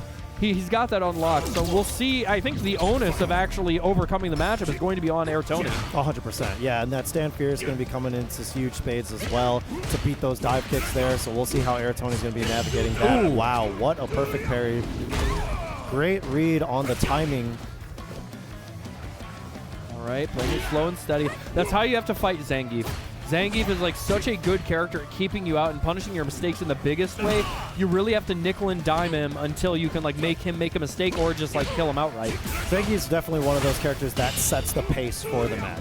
Whew. And Airtoni tried to get a little greedy with that OD dive kick to his demise. Ramsey just slowly keeping his space too, not backing up too far, but also like gave him just enough to be able to whip that drive rush and taking full advantage. Safe. Oof. Just out of range, couldn't get the stand light kick. He could just drive it back. Oh, okay. I'll say, I wonder if Airtoni was going to be ready. All right, first round goes to Ramsey, and again, just slow, calm, and calculated. Not rushing things, not trying to force the situation. Oh, what a walk back from Ramsey. Great trade for him. The sweep, he gets the drive rush in, all of this drive gauge damage. Not ready to go for, lariat, but he does take a good chunk of damage, and the backdash. It's counter, not punish counter, but still in Ramsey's favor. Ooh, huge. Huge whip punish on that headbutt. Going to spend that level 1 to bring him into the corner and immediately just go for some, that crouch fierce pressure. Okay. Probably going to go for a full cash out as you need to. That level 3 is a huge threat from Ramsey, so you just want to empty that life bar out as soon as possible. And despite the fact that Airtoni did get the win, honestly, if you're Ramsey, you don't mind that. Zangief has, one of the most deadly level 3s in the game. It does the most damage of any base level 3. Yes. So it's like if you land the hit, or if you have the reactions, or get the right read, you're gonna do a ton of damage. Unfortunately, Airtoni mistimed the meaty there, forced to spend the EX DP just to break out of that pressure, but no DP and no drive rush from Ramsey. Couldn't keep the pressure back to neutral. Okay. He was willing to burn himself out. I mean, I think that he just feels better once he's got Airtoni blocking. Yeah. Constantly in what is effectively 50-50s against Zangief for your life. He's going to heal his drive bar back up just on pressure. Right. Oh, no, he ran into it. He's going to be able to build level 3. Wow. Airtoni, the charge DP gives it to him. That will seal the deal. Very, very clean footsies there from Airtoni. Getting the exact low forward that he needed. Yep. I mean, not on block, because that was a very, very dangerous spend for him if he was willing to do that. Yeah, I mean, whether it has been that crouching medium kick or the crouch strong, just both. Oh, I think he maybe could have gotten a pickup there. If he wanted to spend the extra bar for sure, but maybe, a little greedy with the OD running bear grab. Probably just wanting to present the option. Sure. Oh, man, huge punish counter sweep. Stays in front. Yeah, it was a little too obvious. Okay, and this is where Airtoni has been thriving in this matchup so far. Just making sure that Ramsey's in the corner as long as he can keep that pressure airtight. And Ramsey will take that, has the life to. Airtoni not going to try to route into level 1. Have to go for another pressure sequence with that. Oh, okay, no whip punish. But he will get that drive rush conversion. The drive rush crouch short from Cammy is so good, and I don't think it's utilized very often. It's really, really strong. Yeah. It's utilized to great effect from Airtoni right now at set point. Wow, good reaction. Ooh, what a whip punish from Airtoni. Once again, bring him over to the corner on block. Ramsey still looking healthy, though. Oh, okay, huge. There's a lot of damage. Okay, could have been worse, but man, he has sniffed that out time and time again. Yeah, very good reads from Airtoni in the later parts of this set. Ramsey is trying to find the right hit. Probably not even trying to go for the SPDs anymore. Yeah, things are tense. And okay, Ramsey, he's willing to take this corner position. you know, putting Air Tony's back to the wall, but Air Tony's been so comfortable. It's a lot of damage. He has to. And I'm actually not sure this is going to kill. I don't think it is. It will not kill, but one more touch, and he just needs to make sure that he is the one that guesses properly in this next interaction. Tries to go for that low. Could not quite get it, but one more hit there. Okay. All right, Ramsey, I think that's the first round he got so far. I believe so. Damn. We're flying through this set. Yeah. I can't remember if he took a round in the first set, for the first game, but either way, got a point on the board for himself now. Yeah. So we'll see if he's able to continue. Yeah. He tried that earlier. It didn't work. Air Tony mashed out of it with jabs, but this time he did catch him sleeping. Maybe a little bit of frustration on the side of Air Tony. Yeah. Oh man, he punished. Okay. Yeah, big punish here. Okay, not going for the throw option there. Ramsey probably willing to take that. Just needs to make sure that every single one of his buttons connects. His Tony is positioned so well around there's an him. FPD. That's the first one that's landed, I guess, out of the perfect parry. Oh, man, he tried. Back to those he footsies. wanted that crouch strong. That jump back was scary if Air Tony was on point with that level 3 anti-air. But, man, here we go. Back into the corner. Very risky. Put that jump out. He'll take that crosscut. Yeah, and look at, like, all of his pressure is so safe and guaranteed. He is not doing anything too risky. Yeah, he'll take this throw. But take one more. He has to worry about chip. He does have to worry about chip, so he's got to be very, or just the hit in general, very clean from Ramsey. That is a jump scare. That stand light kick, like, you know the drive rush is going to follow up behind, like, most of the time, but you still feel very, very underprepared. For sure. Covers the approach so well. Ramsey trying to keep his hands warm. Air Tony trying to think about how to approach this final game as the layers just continue to pile on. The nature of fighting against grapplers, especially very, very experienced grappler mains. Yes. They just know how to get in your head, man. And like we already said at the beginning of the set, Zangief sets the tone for the whole match. You're playing his game. You hit the nail on the head earlier. It's something I've been thinking about as this set has gone on, Seth. Ramsey is so good under pressure. He's good in the clutch. And he had a lot of pressure on him. You know, Air Tony was up a game. He was in control. And he was able to slow things down to his pace. He's actually making some of these reads work. Look at this. Yeah. Look at that. Once again, resorting to that read. Perfect pairing out of the gap. Oh, that's a lot of damage. Huge drop right there. Oh. It's just, when is it coming? You know, is Air Tony going to try to take the gamble of jumping out? But wow. Look at how things have turned around. Yeah, and you saw Air Tony did try to go for the low. He was anticipating that stand heavy punch, but unfortunately was just outside of the range. Ramsey, set point. How the tides have turned, man. Yeah. Yeah, it's really turned around. And, like, I got to be honest, after that first game, he wasn't looking too confident. Like, and specifically, you could note it in the body language of Zangief, how he was being controlled. He was playing much more tentative, much more close to his chest. But yeah, you can see the confidence paying off now. Look at the way he's walking him down, the way he's willing to just kind of, you know, pepper him with these normals, unhit or block. He's happy to do either. I wonder if Air Tony is willing to just go for a reversal now next time he's in his block sequence, or just straight up 50-50. But Air Tony seizing the momentum now, got that clean hit to bring him here, but it's back to the mid-screen. He's away from the corner, a little less nervous. Whoa, man. I think he was holding back, so I wonder what he was concerned about. Maybe trying to walk out of SPD? Not entirely sure. No, that doesn't make sense. I don't know. Maybe he was just wondering if Ramsey was going to, like, greedily take his turn back with a button or something like that. But Air Tony, just frozen there. Ends up putting himself in a really bad spot. Ooh, Ramsey with the backdash, keeping him from anti-airing, but still a really good position. Oh, brute forcing his way in, but that SPG is going to do it. Ramsey, I mean, look at that. The camaraderie, they are friends, right? So that's just how the Midwest region is. Win or lose, like, you're just going to feel like, I can't be mad. Yeah, well, I don't know about that. But at the end of the day, you can give the guy props, and you can be happy it was a good set. Sure.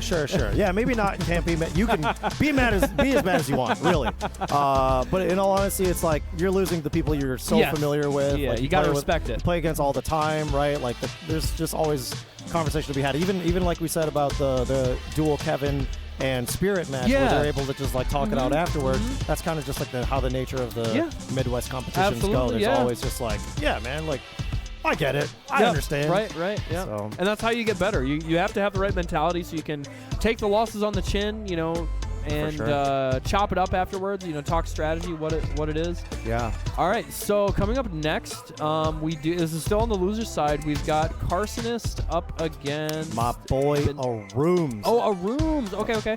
Arooms is a very strong local player. Arooms is a name I recognize, but I don't remember who he plays. Luke. He's been a Luke man since the beginning. Really? This is his first proper fighting game. Really? Actually, yeah. Okay. He came to he jumped in with Street Fighter 6. I would want to say. I think he had some casual fighting game experience beforehand, but he jumped into the scene hot. Was already put in really good hands. This is Zach in the Box's protege. Oh, okay, yeah, great guy to learn Shotos from. Basically, just if we can see it as the next coming of Zach in a Box. Really. Okay. He's been so studied. He grinds the game. He travels for it as well. Tries to be internet or travel all around North America to compete up against Carsonist, who tears it up online and offline. Yeah. Gotta be the best Aki in the U.S. I think possibly North America easily. Easy. It's like him and Mono. If you could still put Mono up there in terms of North American Akis, Kangaroo. If you count Mono as North American Aki, I would say Mono's number 2. But I think I love Mono. I think Carsonist clears, and he's got the results. Man. He's got the results. He does. Yeah, Carsonist is. I mean, we've got a lot of Akis online here. But Carsonist is fantastic. So we're gonna see as the invader here at Roundhouse, Arooms got the home turf advantage. Let's see if he can do it. Using the swimsuit Luke. I really like this costume. You and me both, man. I personally actually think Aki does quite well against Luke. Oh yeah. Just because she has a pretty easy time dealing with his fireballs compared to other characters. For sure, because she does get the lash. You're swinging bubble into it. It's just what she wants to naturally use anyway, and Luke is very, very uncomfortable because this is where he wants to be, right? Yeah. Falls for that throw bait there. Carson is taking full capitalization. Got him in the corner. Oh, man, another one. That damn button, man. Stand roundhouse from her is very good. Yeah. But the back throw from Arooms, that's a huge opportunity. Luke does do pretty well in the corner. He's got good ways to cage you. He's got a strong DP, strong crouch fierce. Yeah, let's not count Arooms out. I know Carsonist is looking really on point right now, but we got to remember, Arooms is the one that put Eli the Curry into losers. Oh, I didn't know that. Yeah, yep. I'm not sure about that option. Oh, man. The stance into the 1-2 step. Yeah. Carsonist maybe getting a bit lucky. He did put himself into burnout. Arooms was trying to make something happen, but ultimately paid off for Carsonist. Nice, got that DP very clean there. Tries to go for that low forward to brute force that 50-50, but also respecting the coward crouch from Carsonist. Okay, going for the detonation there. That toxic blossom off of the light bubble. That jump fierce. Oh, did he bite? Nope, he blocked it out. Doesn't parry it, but this still works great for him. Oh, yeah, just a little late on the flash knuckle. Yeah. Uh-oh. That's not an answer you want to have to take. That burns poison. Himself out. This is risky. If there is a character you do not want to be burned out against, it is Aki. No, for sure. But if there is a character you want to be burned out as, it is Luke. That's true. He does fight very well out of burnout. Exactly. You're not wrong. So here we go. 1 round apiece for both of these guys now. Carson is spending the OD Cruel Fate to just get something started. Damn.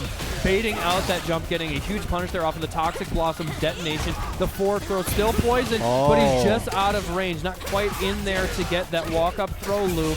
And forcing the burnout. Oh, he actually drops. Yeah. Two hugely uncharacteristic from drops. Third drop again from Arooms. Not quite sure what's happening there, but he'll take that, baby. That stand fierce. Look at Arooms is turning his stick. Not quite sure what's happening there, but he will absolutely take that one. Yeah, you're not going to sneeze at that. Carsonist with an uncharacteristic drop. He did have the game won. He had that level 3 combo. It just fell a little bit short. And Arooms capitalized when he needed to.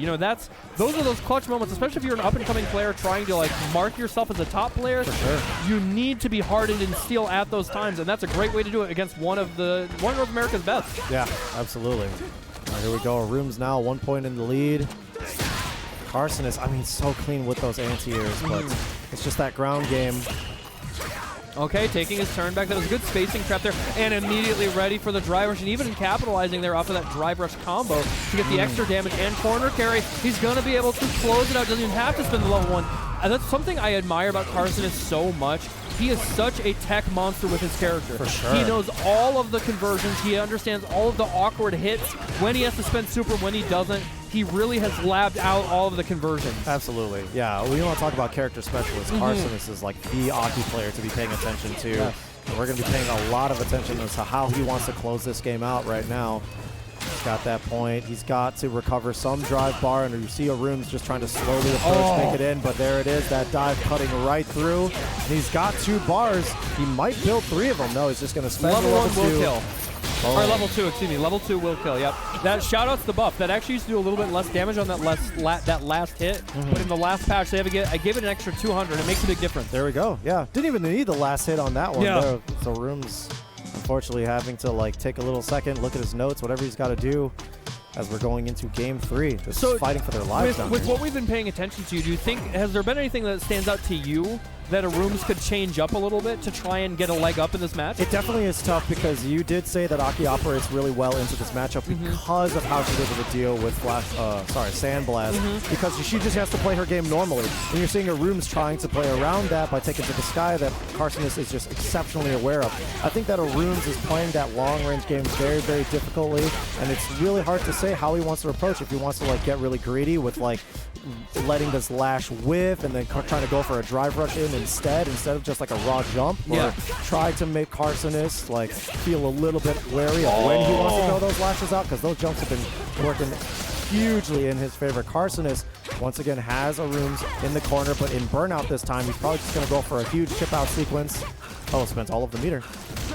Oh, man, and the most important part there was that this was actually intentional from Carcinus. He could have forced him to use the level 1 or whatever, but he was going for that chip sequence in burnout to build the most meter. He's already at 2.5 bars. Yeah, look at that. I mean, this is definitely how you get something started. Oh, but Carcinus was ready. Oh, yep, capitalizing it. Stand medium punch, drive rush conversion. Oh, it's such a strong option to take your turn back with Aki. Yeah, oh, he recognized, from the range. He can't kill here. No, but he's going to spend that level 3 just to make sure that he can heal himself up. And this is basically a one-touch scenario against the Runes. He's got so little left. This does so much damage. That's one throw. The poison is going to do just a little bit more even. Yeah, it's really tough to position around that. GG's, great stuff to Carcinus, eliminating Arums just outside of top 8. And I mean, like, that's why he's here, right? He wants to nab that $1,000 prize bonus in the Street Fighter 6 brackets. There's a lot on the line, but Arums, you know, just a little bit more to learn. There's not that many Akis out here in the Midwest to be fighting against. Yeah, that's very true. Yeah, and, you know, like, Carcinus is somebody who, like, he gets to train with such strong players regularly, both on the East Coast, you know, he is from New York, but more importantly, he enters every online bracket, and I promise you, you're going to see his name in that top 8. Oh, for sure. Even if Punk's there, even if Kev's there, even if Dude's there, he's going to be in that top 8. I mean, hell, just earlier this week, he beat Punk in, I think, TNS. Yes. Yeah. So yeah, it's like... Punk was playing... was Punk on the Cammy at that point? He did play Cammy, I think he did play Cammy. Yep. Yeah, I'm trying to remember. I watched the whole... Whatever. Anyway. Yeah, I know Arums is going to be watching that tape back. He's going to be studying. He's trying to understand exactly how you got to position around that matchup. And I think that is rough, man. You said it perfectly at the beginning, where Aki just gets to like deal with Sandblast, which is kind of what sets up Luke's ground game and sets up his approach. You know, he does the Sandblast, makes you uncomfortable, and then he just falls in with that drive rush, that huge, slowly walks himself in, or like Sandblast you to the corner. But Carcinus just seemed to hold his position so well.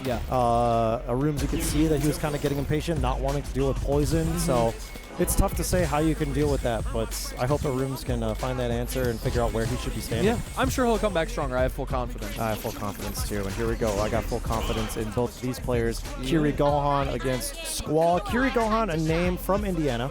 Oh, I thought he was from Wisconsin. I think you're right. I think I got them confused with something else. Indiana. I think you're right. Yeah. Yeah, not a name I was too familiar with, in all honesty. Same. But I was very, very excited to be seeing him performing yesterday in the Mid-Best. And on the jury as well, something to note. But Squall, he's strong. Professor Squall for a reason. So strong. Man. Again, another player from Ohio. Definitely Ohio's best right now. Yes. And, you know, he's proving it. He's done exceptionally well at the World Warrior event. Any offline event he's gone to, he does exceptionally well. You know, look at this. Now, I'm curious to see, I guess maybe Kiryu Gohan doesn't have another character, because I'm wondering, like, this is a dream matchup for Squall. You know, we talked about this earlier. We both agree, seemingly, that Mai does quite well against her. We saw Jack switch off of the jury, so not to deal with it, right? Exactly. So I wonder just how comfortable Squall is going to be here. I'm sure he trains with Jack constantly.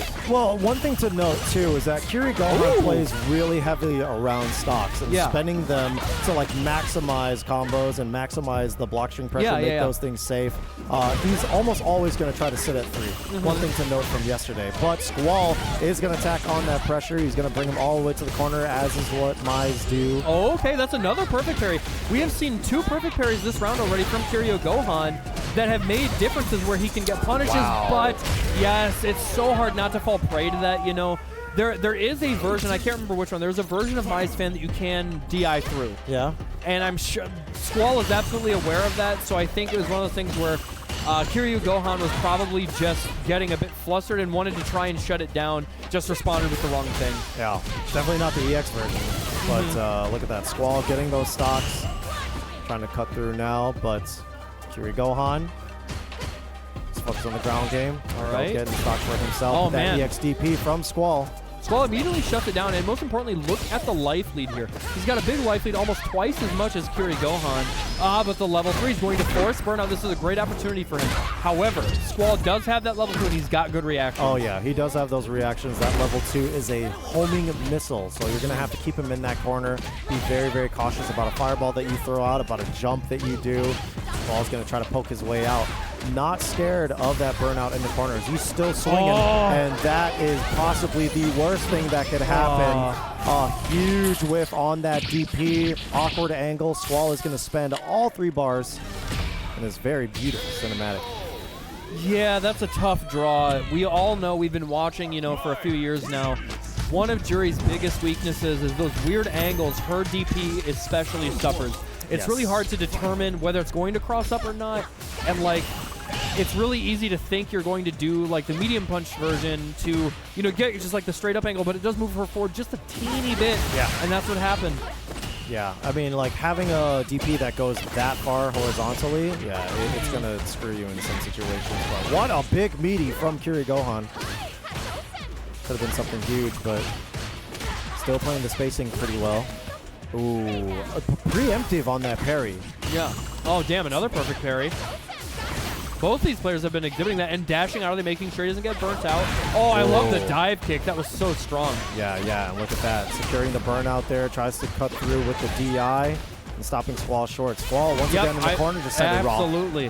Absolutely. He's going to get the jump in here. More than enough damage. A quick response from Kiryu Gohan, and confident, too. For sure. Yeah, for sure. It definitely looked like Kiryu Gohan was slipping up in the middle there. Seemed a little intimidated by Squall's pressure, but cleaned it up near the end. Huge capitalization. Played the burnout so well. The patience, the stare down? Yes, dude. Here we go. You're taking that elbow. You're going to the corner. Oh, trying to fight his way out, though. Okay, another knockdown. Kiryu Gohan taking this to the bank, getting another stock there. You pointed it out, Seth. He really loves having access to those stocks. Yeah, he just wants to like not have to worry about building them later, wants as many tools as possible, and treating it as like an upward scaling character, you know? And look at that. Trying to drive rush in, keep things close. Okay, looking for an empty jump, you know, hoping to bait a, oh, what a pickup. Yeah, that's a fine situation if you're Juri. Ooh, perfect parry, not quite enough there, but still going to take that DP. Wants to apply the pressure to the bar, but there it is. Finds that hit and is able to put a point on the board himself, tying this up against Squall. Huge, yeah. I mean, I have to say, look at the body language on Squall's face. He looks unhappy. And I don't blame him, but that's a big tell. You have to be able to dig deep and, you know, not falter to those kind of emotions. This blatant bracket. Squall isn't so critical of himself where he will like let it tilt. It's very much like, what am I doing? What is he doing? It's very inquisitive. It's not something where he's just gonna be like overanalyzing deeply. In his own character. Dude, these perfect parries. These perfect parries they have made the difference in this set. They are kind of cooking. Yeah, exactly. Ooh, that back dash still catching just for the horizontal movement. Wow. Of Jury. Almost put himself into burnout. Those trades were not in Squall's favor. He's looking to burn him out too, and he can survive. He's got a little bit of drive gauge left. This means that he probably will be able to kill without having to spend any meter. Yeah, there it is. Kiri Gohan got really, really bold with that drive impact. And let's hope he doesn't pay for it with his tournament life. Okay. Squall might smell blood in the water, Seth. Yeah, he might. Sending 2 EX fans just to secure his position as the aggressor here. Oh, big whip punish, though. Level 3, yeah. This is mostly just to replenish his own drive gauge, you know, get a little bit healthier, not quite as dehydrated, and he will actually take advantage here in the drive gauge where he'll be a little bit above Squall by the time things are said and done. Okay, there it is. Trying once again to pressure Squall's drive gauge. Squall in the corner, but not feeling scared about it. No DP. Yeah, interesting. I think he was just wary about the angle, potential stomp, not quite sure, but no whiff punish there from Squall. Oh, no! You talked about it. He was worried about the angle, and that might, you know, usually he's really on point for that kind of thing. I have to wonder if maybe nerves are getting to him a little bit. Could be. There could just be a lot to analyze. Kiri Gohan is really tacking on the mental stack with the perfect parry presence. You know, he's just not sure if he can keep that pressure, but there we go. That throw going to put him in a much better spot. And he's got 3 bars, so if he wants to capitalize heavy, he can. Wow. Perfect spacing trap there to get the auto time perfect parry. Drive rushing all the way and getting in that ass. Squall really on the back foot here. Even without much meter on the side of Kiri Gohan. He doesn't get to do level 1 to kill. He wakes up with the level 1. Squall not dead yet. He has the fire stock. Suddenly things might have shifted in his own favor, but that throw will seal the deal. Kiri Gohan recognizing when he can rush in, going for that throw, and he knocks out one of the strongest competitors in this whole bracket. A Roundhouse champion. That's right. That's right. Yeah. Squall did win Roundhouse before, so it's very much upset, I would say here. Sure. Just outside of top 8, Kiri Gohan moving to face off against Mia for that qualifying match. Okay. And Squall, I mean, he's been playing fantastic all weekend. Yeah. He's been playing fantastic all year.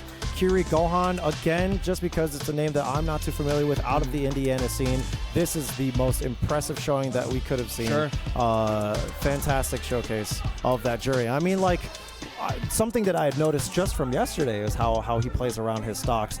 Yeah. I'm glad that you caught on to the perfect parry usage. He was very, very on point with exactly how to break out of Mai's pressure. That's and exactly possibly just layered on to how Squall has to approach. That could be why he felt very frozen in some places, very unsure about jump angles. You know, I can definitely see that being a hindrance for Squall. I think you're exactly right, Seth. If you are going to be playing this game at a high level, you have to, this is something I struggle with a lot, you have to be able to perfect parry characters like Mai. Yeah. Because if you don't, she's just going to harass you with, like, we all know how good Fan is. Oh, yeah. It's, you know, best fireball in the game, bar none. It's so strong and such a simple game plan. And so the devs did give us an answer. You can perfect parry, it's just that's hard.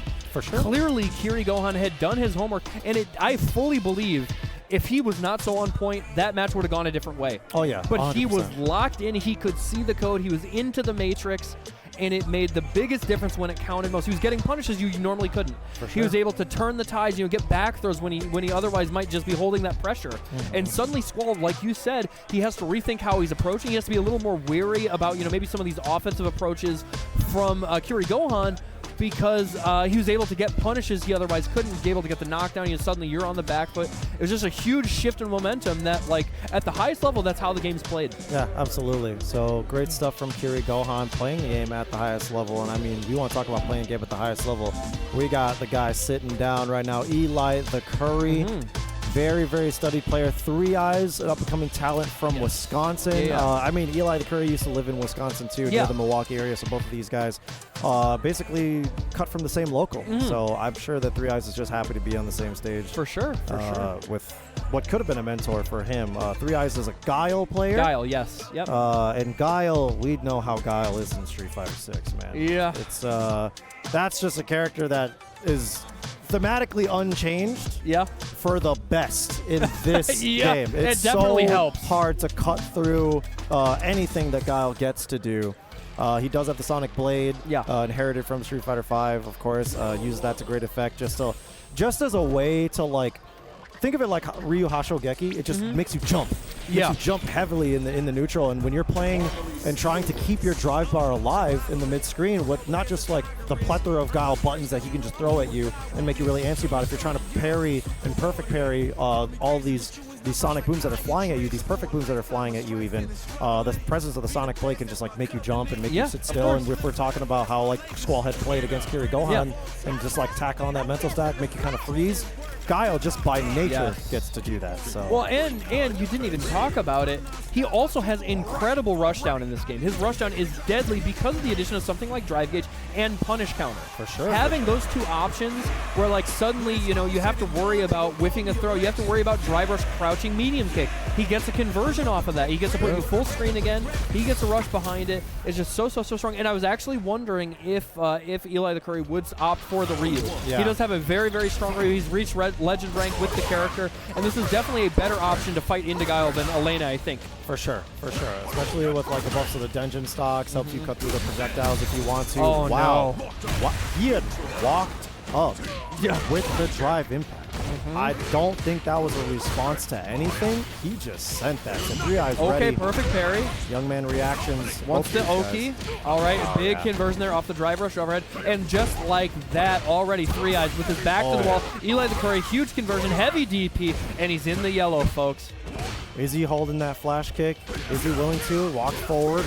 Great timing with that button there. Wanting to keep that pressure, but also respecting Eli's the defensive back throw. And he's burnt out. This is 3 eyes game to win. Absolutely. Yeah, here it is. Trying to keep that distance well for him. Oh, that's cheap. Yeah. I mean, he's got some thick thighs, dude. You know what's like messed up about that too is like the way that he did, the way that he threw out that slow sonic boom, the enhanced sonic boom, and then did that like dash up knee.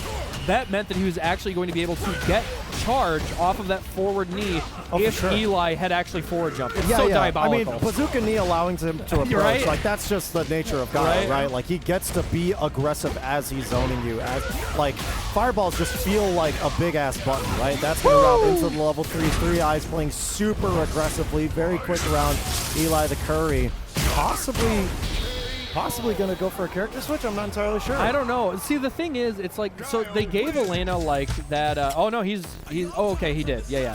I don't know if he'll pick, he is going for Elena. Now, the issue is, she does have the, I can't remember what exactly it's called. I don't. The Link song? The roll? The Link song, yeah. I was thinking Link's Tail, but that's the follow-up. Yeah, Link's song is an option, but it's a little bit more deceptive at like its fireball and vulnerability than you would think. Yeah, for sure. I mean, it's a little late on the fireball invincibility, so you kind of have to do that preemptively, or unless you're going to spend bar to make sure that it's there. But I think that what Eli wants to try to do is just make sure that he's constantly positioning in a way where it's like, okay, there we go. Yeah. The jumps are going to be a huge threat. Oh, damn. Wow, big whiff. Oh, no, didn't get a real punish. That's such a huge missed opportunity for Eli. Even if he does have a little bit of a life lead here, you know, I'm not sure what it's going to amount to. Yeah, but let's take note of how Eli's going to position, right? Like, he always wants to be like, Elena's buttons are so good. So he always wants to be in the position of when he throws out a button, it's going to make 3 eyes uncomfortable because it's just going to counter hit those sonic booms. That's right. Okay, trying to just gain a little bit of space, patiently walking forward, parrying when he can. Eli the Curry just trying to stay alive. 3 eyes, again, just willing to nickel in, dime, and that missed opportunity, a slight miss confirmed from Eli, means that he is looking in the barrel of a potential 2-0 sweep. Yeah, tried to go for the OD roll through, but there it is. 3 eyes, just very, very defensively strong. Drive rushing in the trade. 3 eyes will take that. Eli really working to try and get in. Yeah, look at that. Eli. Oh, a little preemptive on that Link song, but just got caught. And now 3 eyes playing aggro. Got him in the corner. Look at that. Eli. Look at the drive gauge damage, too. Oh, for sure. What? I mean, that caught a counter hit, but no pickup from 3 eyes. Could have been worse. Oh, man! Come on. A little late on the drive rush buffer. And, so, you know, he's very low on life. It's still not a great position. But with the, oh, man, the punish counter. That crouching medium kick is so strong from Guile. hugging it out. So strong. Hugging it out. Good camaraderie from both of these guys. Yes, absolutely. The button choices from 3Eyes was incredible. Yes. That entire set. I mean, you had said it. Guile is just incredibly aggro, even with the presence of drive, but 3Eyes didn't even need to use it all that much, Right. just off of like knockdown situations. But the capitalization that he has, he was just ready with there are some little mishaps, just because of like weird situations, right? Like that really deep overhead. Yeah, he just being wasn't one in of them. range to really get a punish. Like maybe he could have gone into level 3. I'm not sure what the startup is on that. I'm sure it would have had the range. Yeah. But I don't know how fast it starts up. But nevertheless, it is a weird situation that you're not exactly ready to capitalize on. But you were talking about the two of them hugging it out afterwards. That's something I want to highlight about Eli. He's one of my favorite players in the community. Me too, man. He is passionate. He will get salty when he loses. He loves the game. He takes competing very seriously. But he's going to give somebody their flowers. And if somebody that he's like seen come up beats him, he's going to be happier for them than he will be upset about it. Yeah. Talk about upset about it. This breaks my goddamn heart. Yeah. This is tragic. This is truly a team kill if there ever was one. This sucks. Oh, man. I love both of these guys. These are my local players, my local homies.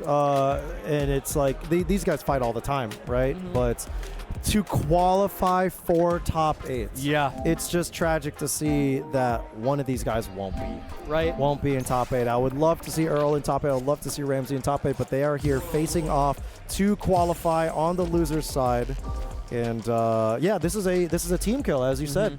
They were on the mid-best team yesterday, fighting for each other in the at the final against Illinois. Or sorry, against Indiana as Team Illinois. Man, this got me shook. I'm probably gonna be quiet. I'm probably gonna be like head in my hands. Right, you're like a concerned parent. This is gonna be the least professional you'll hear me all day, for sure. Yeah. But it's gonna be a hell of a set. Even Ham Jam's entering the stage, getting like, bro, are you okay? I don't even know what. Get the hell off the stage. Get off the stage. What the hell's wrong? Get out. I don't care. He's my goat. No, shut up. He's my goat. All right. This is going to be a hell of a set. I do have to imagine that that Ramsey's going to bust out the Sagat. I think Sagat probably does okay against Ed. I think that it does better than Keith. For sure. I think that the button choices and the pressure that you have to deal with as Keith, because think of it like this, right? There's always something behind what Ed throws. Right. And Keith's strongest tool at the ranges that he would want to use against Ed is that Stand Fierce. It completely shuts that out. Right. That one hit of armor is gone. So picking the Sagat, possibly outranging him, possibly being a little bit more proactive on buttons to like get these humongous punish counters. Yeah. We'll see how he adapts. We'll see how he plays that fireball game. But here we go. Earl versus Ramsey. Now, talking about the fireball game, I was literally just going to talk about that instance there. I think Ramsey's going to have to be especially careful. We might not actually see much in the way of fireballs because of both the incredibly long recovery time that Sagat has when he throws them versus the incredible reach of that jump medium kick from Ed. It reaches like basically half screen. Oh, for sure. So it's like he's going to have to be so careful, and I have to imagine, Ramsey's going to be cognizant of that and play a little bit closer to his chest. In a vacuum, for sure, right? Because you got to also consider if Earl does decide to throw a fireball, it takes way longer for him to throw a fireball than for Ramsey or Sagat to just throw out a high shot, right? So they're going to probably be playing around their fireballs with that in mind. So Ramsey basically has to blow Earl a kiss in order to kill. There it is, that DP taking the first round.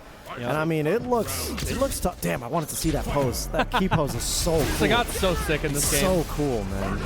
Okay, that is plus. You can hear it with the added bass boost and a little bit of the screen shake. And Earl is ready. You not get to jump in for free. Ooh. Canceling that.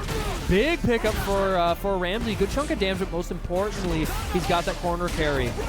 Gets that snipe with the stand medium kick. Kicks back to the mid-screen, but the OD bust out from Ramsey.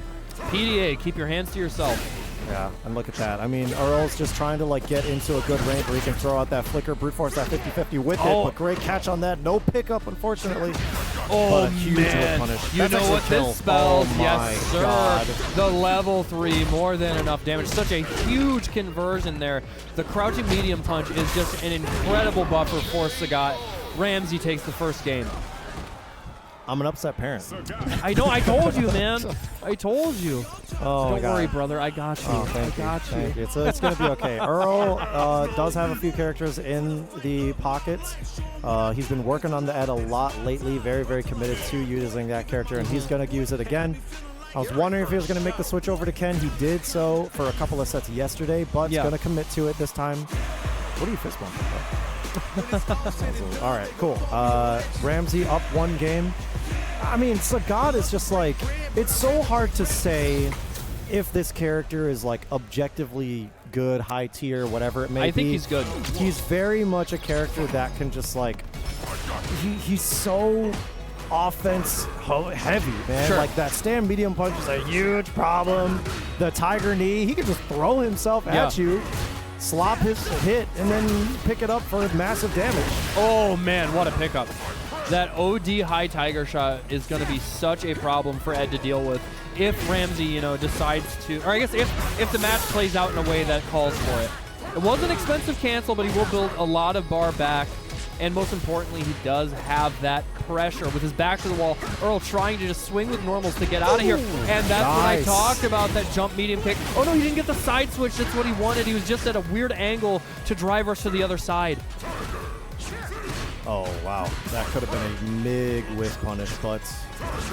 Oh, there we go. Cutting right underneath that high shot. No! Okay. But, hey, we'll take it. Sheesh. Yikes. That had me nervous. I know. Yeah, that's something that Ramsey is going to have to be very cautious about, is that there are buttons that can duck under that high shot. So you're going to have to incorporate some button usage when you're in that range.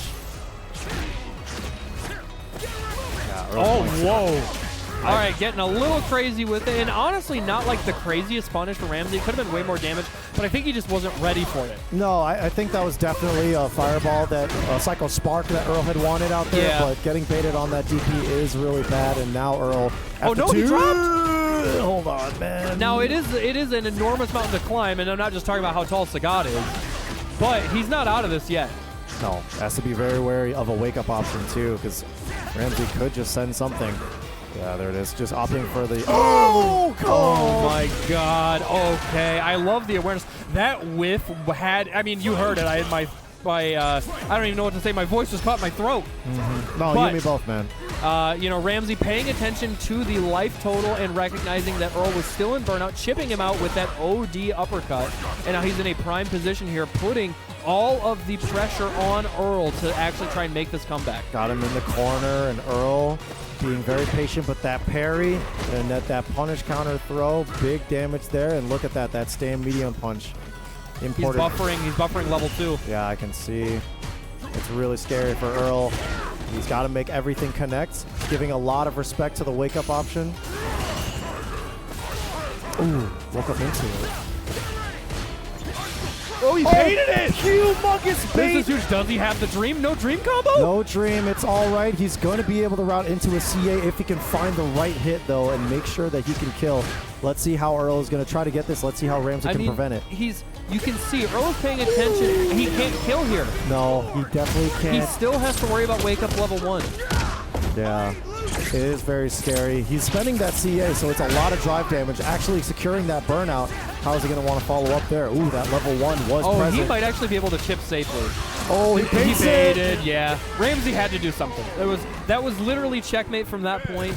I'm a little wary about, you know, Earl not going for the, or even he could have just done a regular level 2 combo to secure the burnout, but ultimately he was able to put a little bit of wind back in his sails, and this set's not over yet. Ramsey's got a real match on his hands. Absolutely. Ramsey drive rushing into that massive button, that crouch roundhouse. Look at that pressure that he's putting on here with those flickers. Ramsey kind of unsure how to deal with those. It's just a not comfortable range for Sagat, but sending out the big guys now.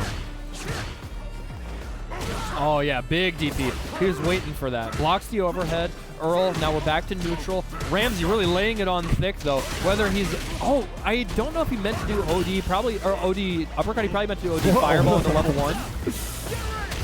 Double whiff on those throws. Look at Earl trying to brute force that 50-50. Oh, but he gets nice. clipped. It's a bad spot. Yeah. He actually, even if he did block that out, he did have to worry about getting chipped because of the level 2 present. Yeah, absolutely. And And look at that. Now Earl at set point, poised to eliminate RAMSEY from this. Big pickup. Yeah, thank goodness, too. Damn, he's ready for the project, and immediately getting the buffer off of that crouch medium punch. Excuse me. Well, ducks the high shot. Oh man, just out of range. Earl's really turned this around, Seth. He really has. Okay, trying to I cut spoke through. too soon. I know, it's all right. He's going to spend that level 2 to secure that burnout. Going to go for the corner carry route as well. Big damage as well. Oh no, he wasn't buffering, but oh no, he dropped.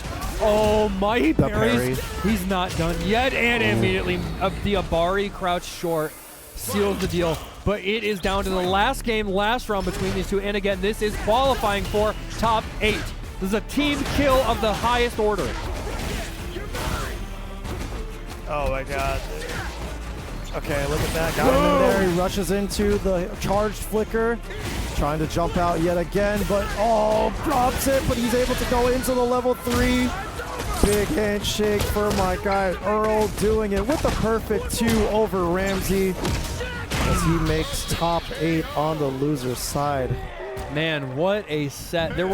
As the set went on, there were a couple of really big drops, but the composure between both players to really dig deep when it mattered most just shone through in a huge way. And I love that chip out sequence from RAMSEY, just the mental acuity to recognize, okay, I'm going to be able to do this much damage. He's still in burnout. I have this opportunity. I'm going to save my resources. But Earl gets the best out of it. You see that drop there from RAMSEY. Tries to go for the desperation DI, but it didn't pay off. And then the weird situation right at the end, you had that drop, the drop blitz from Ed that it kind of looks like it should be punishable. Yeah, it does. But it like sets up a weird frame kill for him that he gets to capitalize off of. And I think it was just a hinky situation that RAMSEY was like, oh, I need to take my turn back. This is my opportunity. And, Earl knows that situation. He's been in that before, and he was able to close it out here. Man, yeah, what a set. It was an incredible set, man. I mean, I'm emotional. Yeah. It's like, I know that Roundhouse is like the pinnacle of the mid-best competition, so I'm not going to be like biased and saying like, oh, I want both of them to make top 8. Yeah. Like I do ultimately. Hey man, this is not CPT. I'm not going to hold you to any sort of standards. No, everybody root for your homies. I'm rooting for my homies for sure. But everybody that has qualified for top 8 so far. So if we look over on the winner's side, we got Dual Kevin and Play Guy poised to face off against each other. Jack and CHRISG, our guest for the weekend. Invader for the weekend, I guess I should say. And that looks about as you would expect. So on the loser side is where things get a little like kind of crazy. 3 Eyes over Eli the Curry, Earl over RAMSEY, and now we're going to get over into the remaining 2 sets of our top 16 before we transition to top 8. We've got your guy, your Toledoid over. And I need to go talk to him real quick. Okay. I'll be right back. All right, go. Yeah. I don't know. What words are we going to do? Wait, hold on. I could have done this? I could have got up. I could have talked to Earl and RAMSEY. I'm actually dangerously curious as to what I could have said to change the outcome of that. I could have made things worse for either of them, actually. I probably should have kept my mouth shut. Good thing I did. But here we go. We've got Zigno versus Carsonis. What did you say? Don't worry about it. Okay. He was like, if you win this, I'm going to give you a big smooch. I'll kiss my homies. I'm not afraid. And I know you want it. All right. Oh, man, already going for a big command grab there. Laying it on thick. Getting punish countered into the target combo. Okay. But you can see Carson's almost burning himself out there. He gets it first. And Zig is going to have to worry about, the chip damage, the plus frames. Such a tough spot to be in when Aki puts you in burnout quick. Absolutely. And Carsonis is going to take full advantage of the fact that you're in burnout. And why? We were saying earlier, one of those characters that kind of operates well in that burnout too. But man, humongous bait from Carsonis, and you made the point earlier. He is optimal. Yes. He's going to maximize Look his damage. at the damage. He gets the setup. You're poisoned again. And that is meaty. He missed it, but it was there. The back throw is a huge opportunity. The defensive back We're dancing throw. right now. There we go. Yeah, that was tough. That was a really tough spot. Basically, both rounds played entirely from the corner. Humongous poison damage coming out. And I wonder if Zigno is ready. He's taking a little bit of time to think about it. He does have a lot of experience against Aki. He fights against Straw Hat Kid, the Aki from my local that beat Carsonist earlier. He gets a lot of experience there. Okay, he's able to get the shimmy, huge. Put him into the corner. All right, now he's laying on a little bit of the pressure. Now, is he going to take his turn back? Yes, taking his turn back, taking that throw opportunity. Now ready to get the cross-cut DI, and now with his own back to the wall here, this is a tough spot to be in. Yeah, Zigno is like holding down back for his life, and Carsonist is really trying to provoke a response from him. But Zigno, great defense, but big punish right there. Not sure why that didn't connect either. He gets clipped low. Carsonist again dropping a pickup here. Yep, absolutely. Zigno's going to take that to the bank. But the immediate tech. Yeah, look at that. Now the jump in. What a magical jump in for Carsonist. I mean, it was a weird timing too, but I'm glad he got it. Now it's set point. Zigno looking a little rough. Okay, huge. He gets the pickup here. Nice. The awareness there to get the conversion. Yep, not going to let you jump out for free. He keeps him caged. Drive rushing in. Trying for those perfect parries. Oh, interrupt. Okay. Zigno with a breath of life, laying it on. Look at the pressure. Absolutely. Look at this. I mean, he's still got some meter too. Oh, he's spending a lot of it. A little too plus on that, and Carsonist could have made that way worse. Oh, what a challenge. Oh, big whiff. Oh, he didn't go for level 3. Yeah, still not opting to spend that meter. He wants to make sure that now he's in CA, he's going to use the hit that will kill. And I mean, that's kill range. This is Aki we're talking about. Yeah, oh, absolutely, for sure. So especially with critical art. Oh, boy. Look at that. Zigno is playing really, oh, really the perfect parry. Oh, that's actually so smart. No, that... I mean, he could have gone for DP, but it was smart not to go for the DI. Right, because he wanted to make sure that he was still drive healthy afterwards, but man, he might be paying for it with his life. Carsonist, gunner route into the CA. GG's for Zigno. I mean, it seemed like a smart decision at the time. But in hindsight, like, you got to take the damage where you can. If you're going to go for that perfect parry and just let it rip, you know, you're negative at that situation. Right, yeah. Yeah, I do think, you know, maybe like you get the perfect parry on the EX Cool Fate. He could have gone for level 2 there. Level 2 I think would have killed. I think even level 1. It would have level 1 wouldn't have killed because of perfect parry scaling. No, not to kill, but just to make sure that you're in a better situation afterwards, because he just blocked the rest of the Cool Fate. And then Carsonist still had that advantage. Yeah. So in all honesty, like, not capitalizing from the perfect parry just because you're being meter conscious, which it is smart, but opting to do nothing instead. Sure. Yeah. It was just like letting the situation go back into Carsonist's favor. But hindsight 2020, in all honesty, I don't know what could have been different there. What were you thinking about with that? I mean, so something I pointed out to him at the start of the set is that Carsonist does have a proclivity for like immediate tech, so he's susceptible to shimmies. And that's actually like watching the set that he had at the beginning of the tournament with Straw Hat Kid. That's how Straw Hat Kid beat him. He beat him with a lot of shimmies into huge damage because it's Aki. Aki kills you. Yes. And so I mentioned that to Brandon at the start, but what was happening was Zigno was not positioned in a way that like he could actually walk out of immediate throw. Immediate throw was going to catch him. And so he was expecting to go for like delay tech, and the immediate throw caused him. He got back thrown into the corner. There were times where he got punish counter thrown, stuff like that. He didn't play bad, but he just doesn't get experience against like that level of For sure. All right, we're going to move into our final set of the top 16, the last qualifying match for top 8. We've got Mira versus Kiri Gohan. Mia on the Dhalsim, of course. I mean, she's been busting her ass on this character, I want to say. Kiri Gohan, our guest from Indiana. First time appearance here. Very strong one, too. Yeah. Playing great for sure. I mean, beat Squall, you know, is maybe a favorite to win, right? Absolutely. I mean, as the Roundhouse champion, all Roundhouse champion, I guess I should say. Just out of range for that back medium punch pickup. Yeah. Look at that. Kiri Gohan, I mean, look at the meter pressure she's doing. That's the name of Dhalsim's game. Absolutely. Okay, runs right into the fireball. But with this opportunity, actually runs into the drivers, but not able to get the right conversion. There's going to be a good chunk of damage. Going to toss out a fireball, Okay, and the burnout is there. Look at that. Can't punish, though. No, can't punish. Tried to go for a neutral jump there to possibly set something up, but Kiri Gohan in such a dangerous spot. Wow, let that rip and cannot block nothing else. Yeah. But, that was so smart from Mia. She like changed up the fireball timing. Yes. Yeah. She had been throwing out, the quicker one until that point, and then threw out the slow one. You could tell there's a lot of pressure on Kiri Gohan, to, not get chipped out. For sure. I mean, like, because even if you try to backdash there, and you give yourself some space to respond to it, you just leave so much room for Mia to just chuck everything and the kitchen sink at you. Damn, she has used so many drive reversals so far. Wanting to maintain the distance, I get it. That's a scary thing for Dawson. Hey, Jury knocks you down once, she just drive rushes at you, full sends herself. Look at that. I mean, Kiri Gohan is just seizing momentum so heavily. Yeah. This is exactly why Mia's been doing so much drive reversal. I think that she's a little antsy about doing it now. Just going to play into that burnout. She's buffering. Yeah, I saw that. Yeah, you see that little pump there? Oh, that was a poorly spaced dive kick. Yeah, she got a little antsy right at the end. You could tell there was a little bit of uncomfortability with the situation. For sure. Yeah, Kiri Gohan getting that stock, but sniping out that dive Huge kick there. damage, too. Yeah, cool, 35%.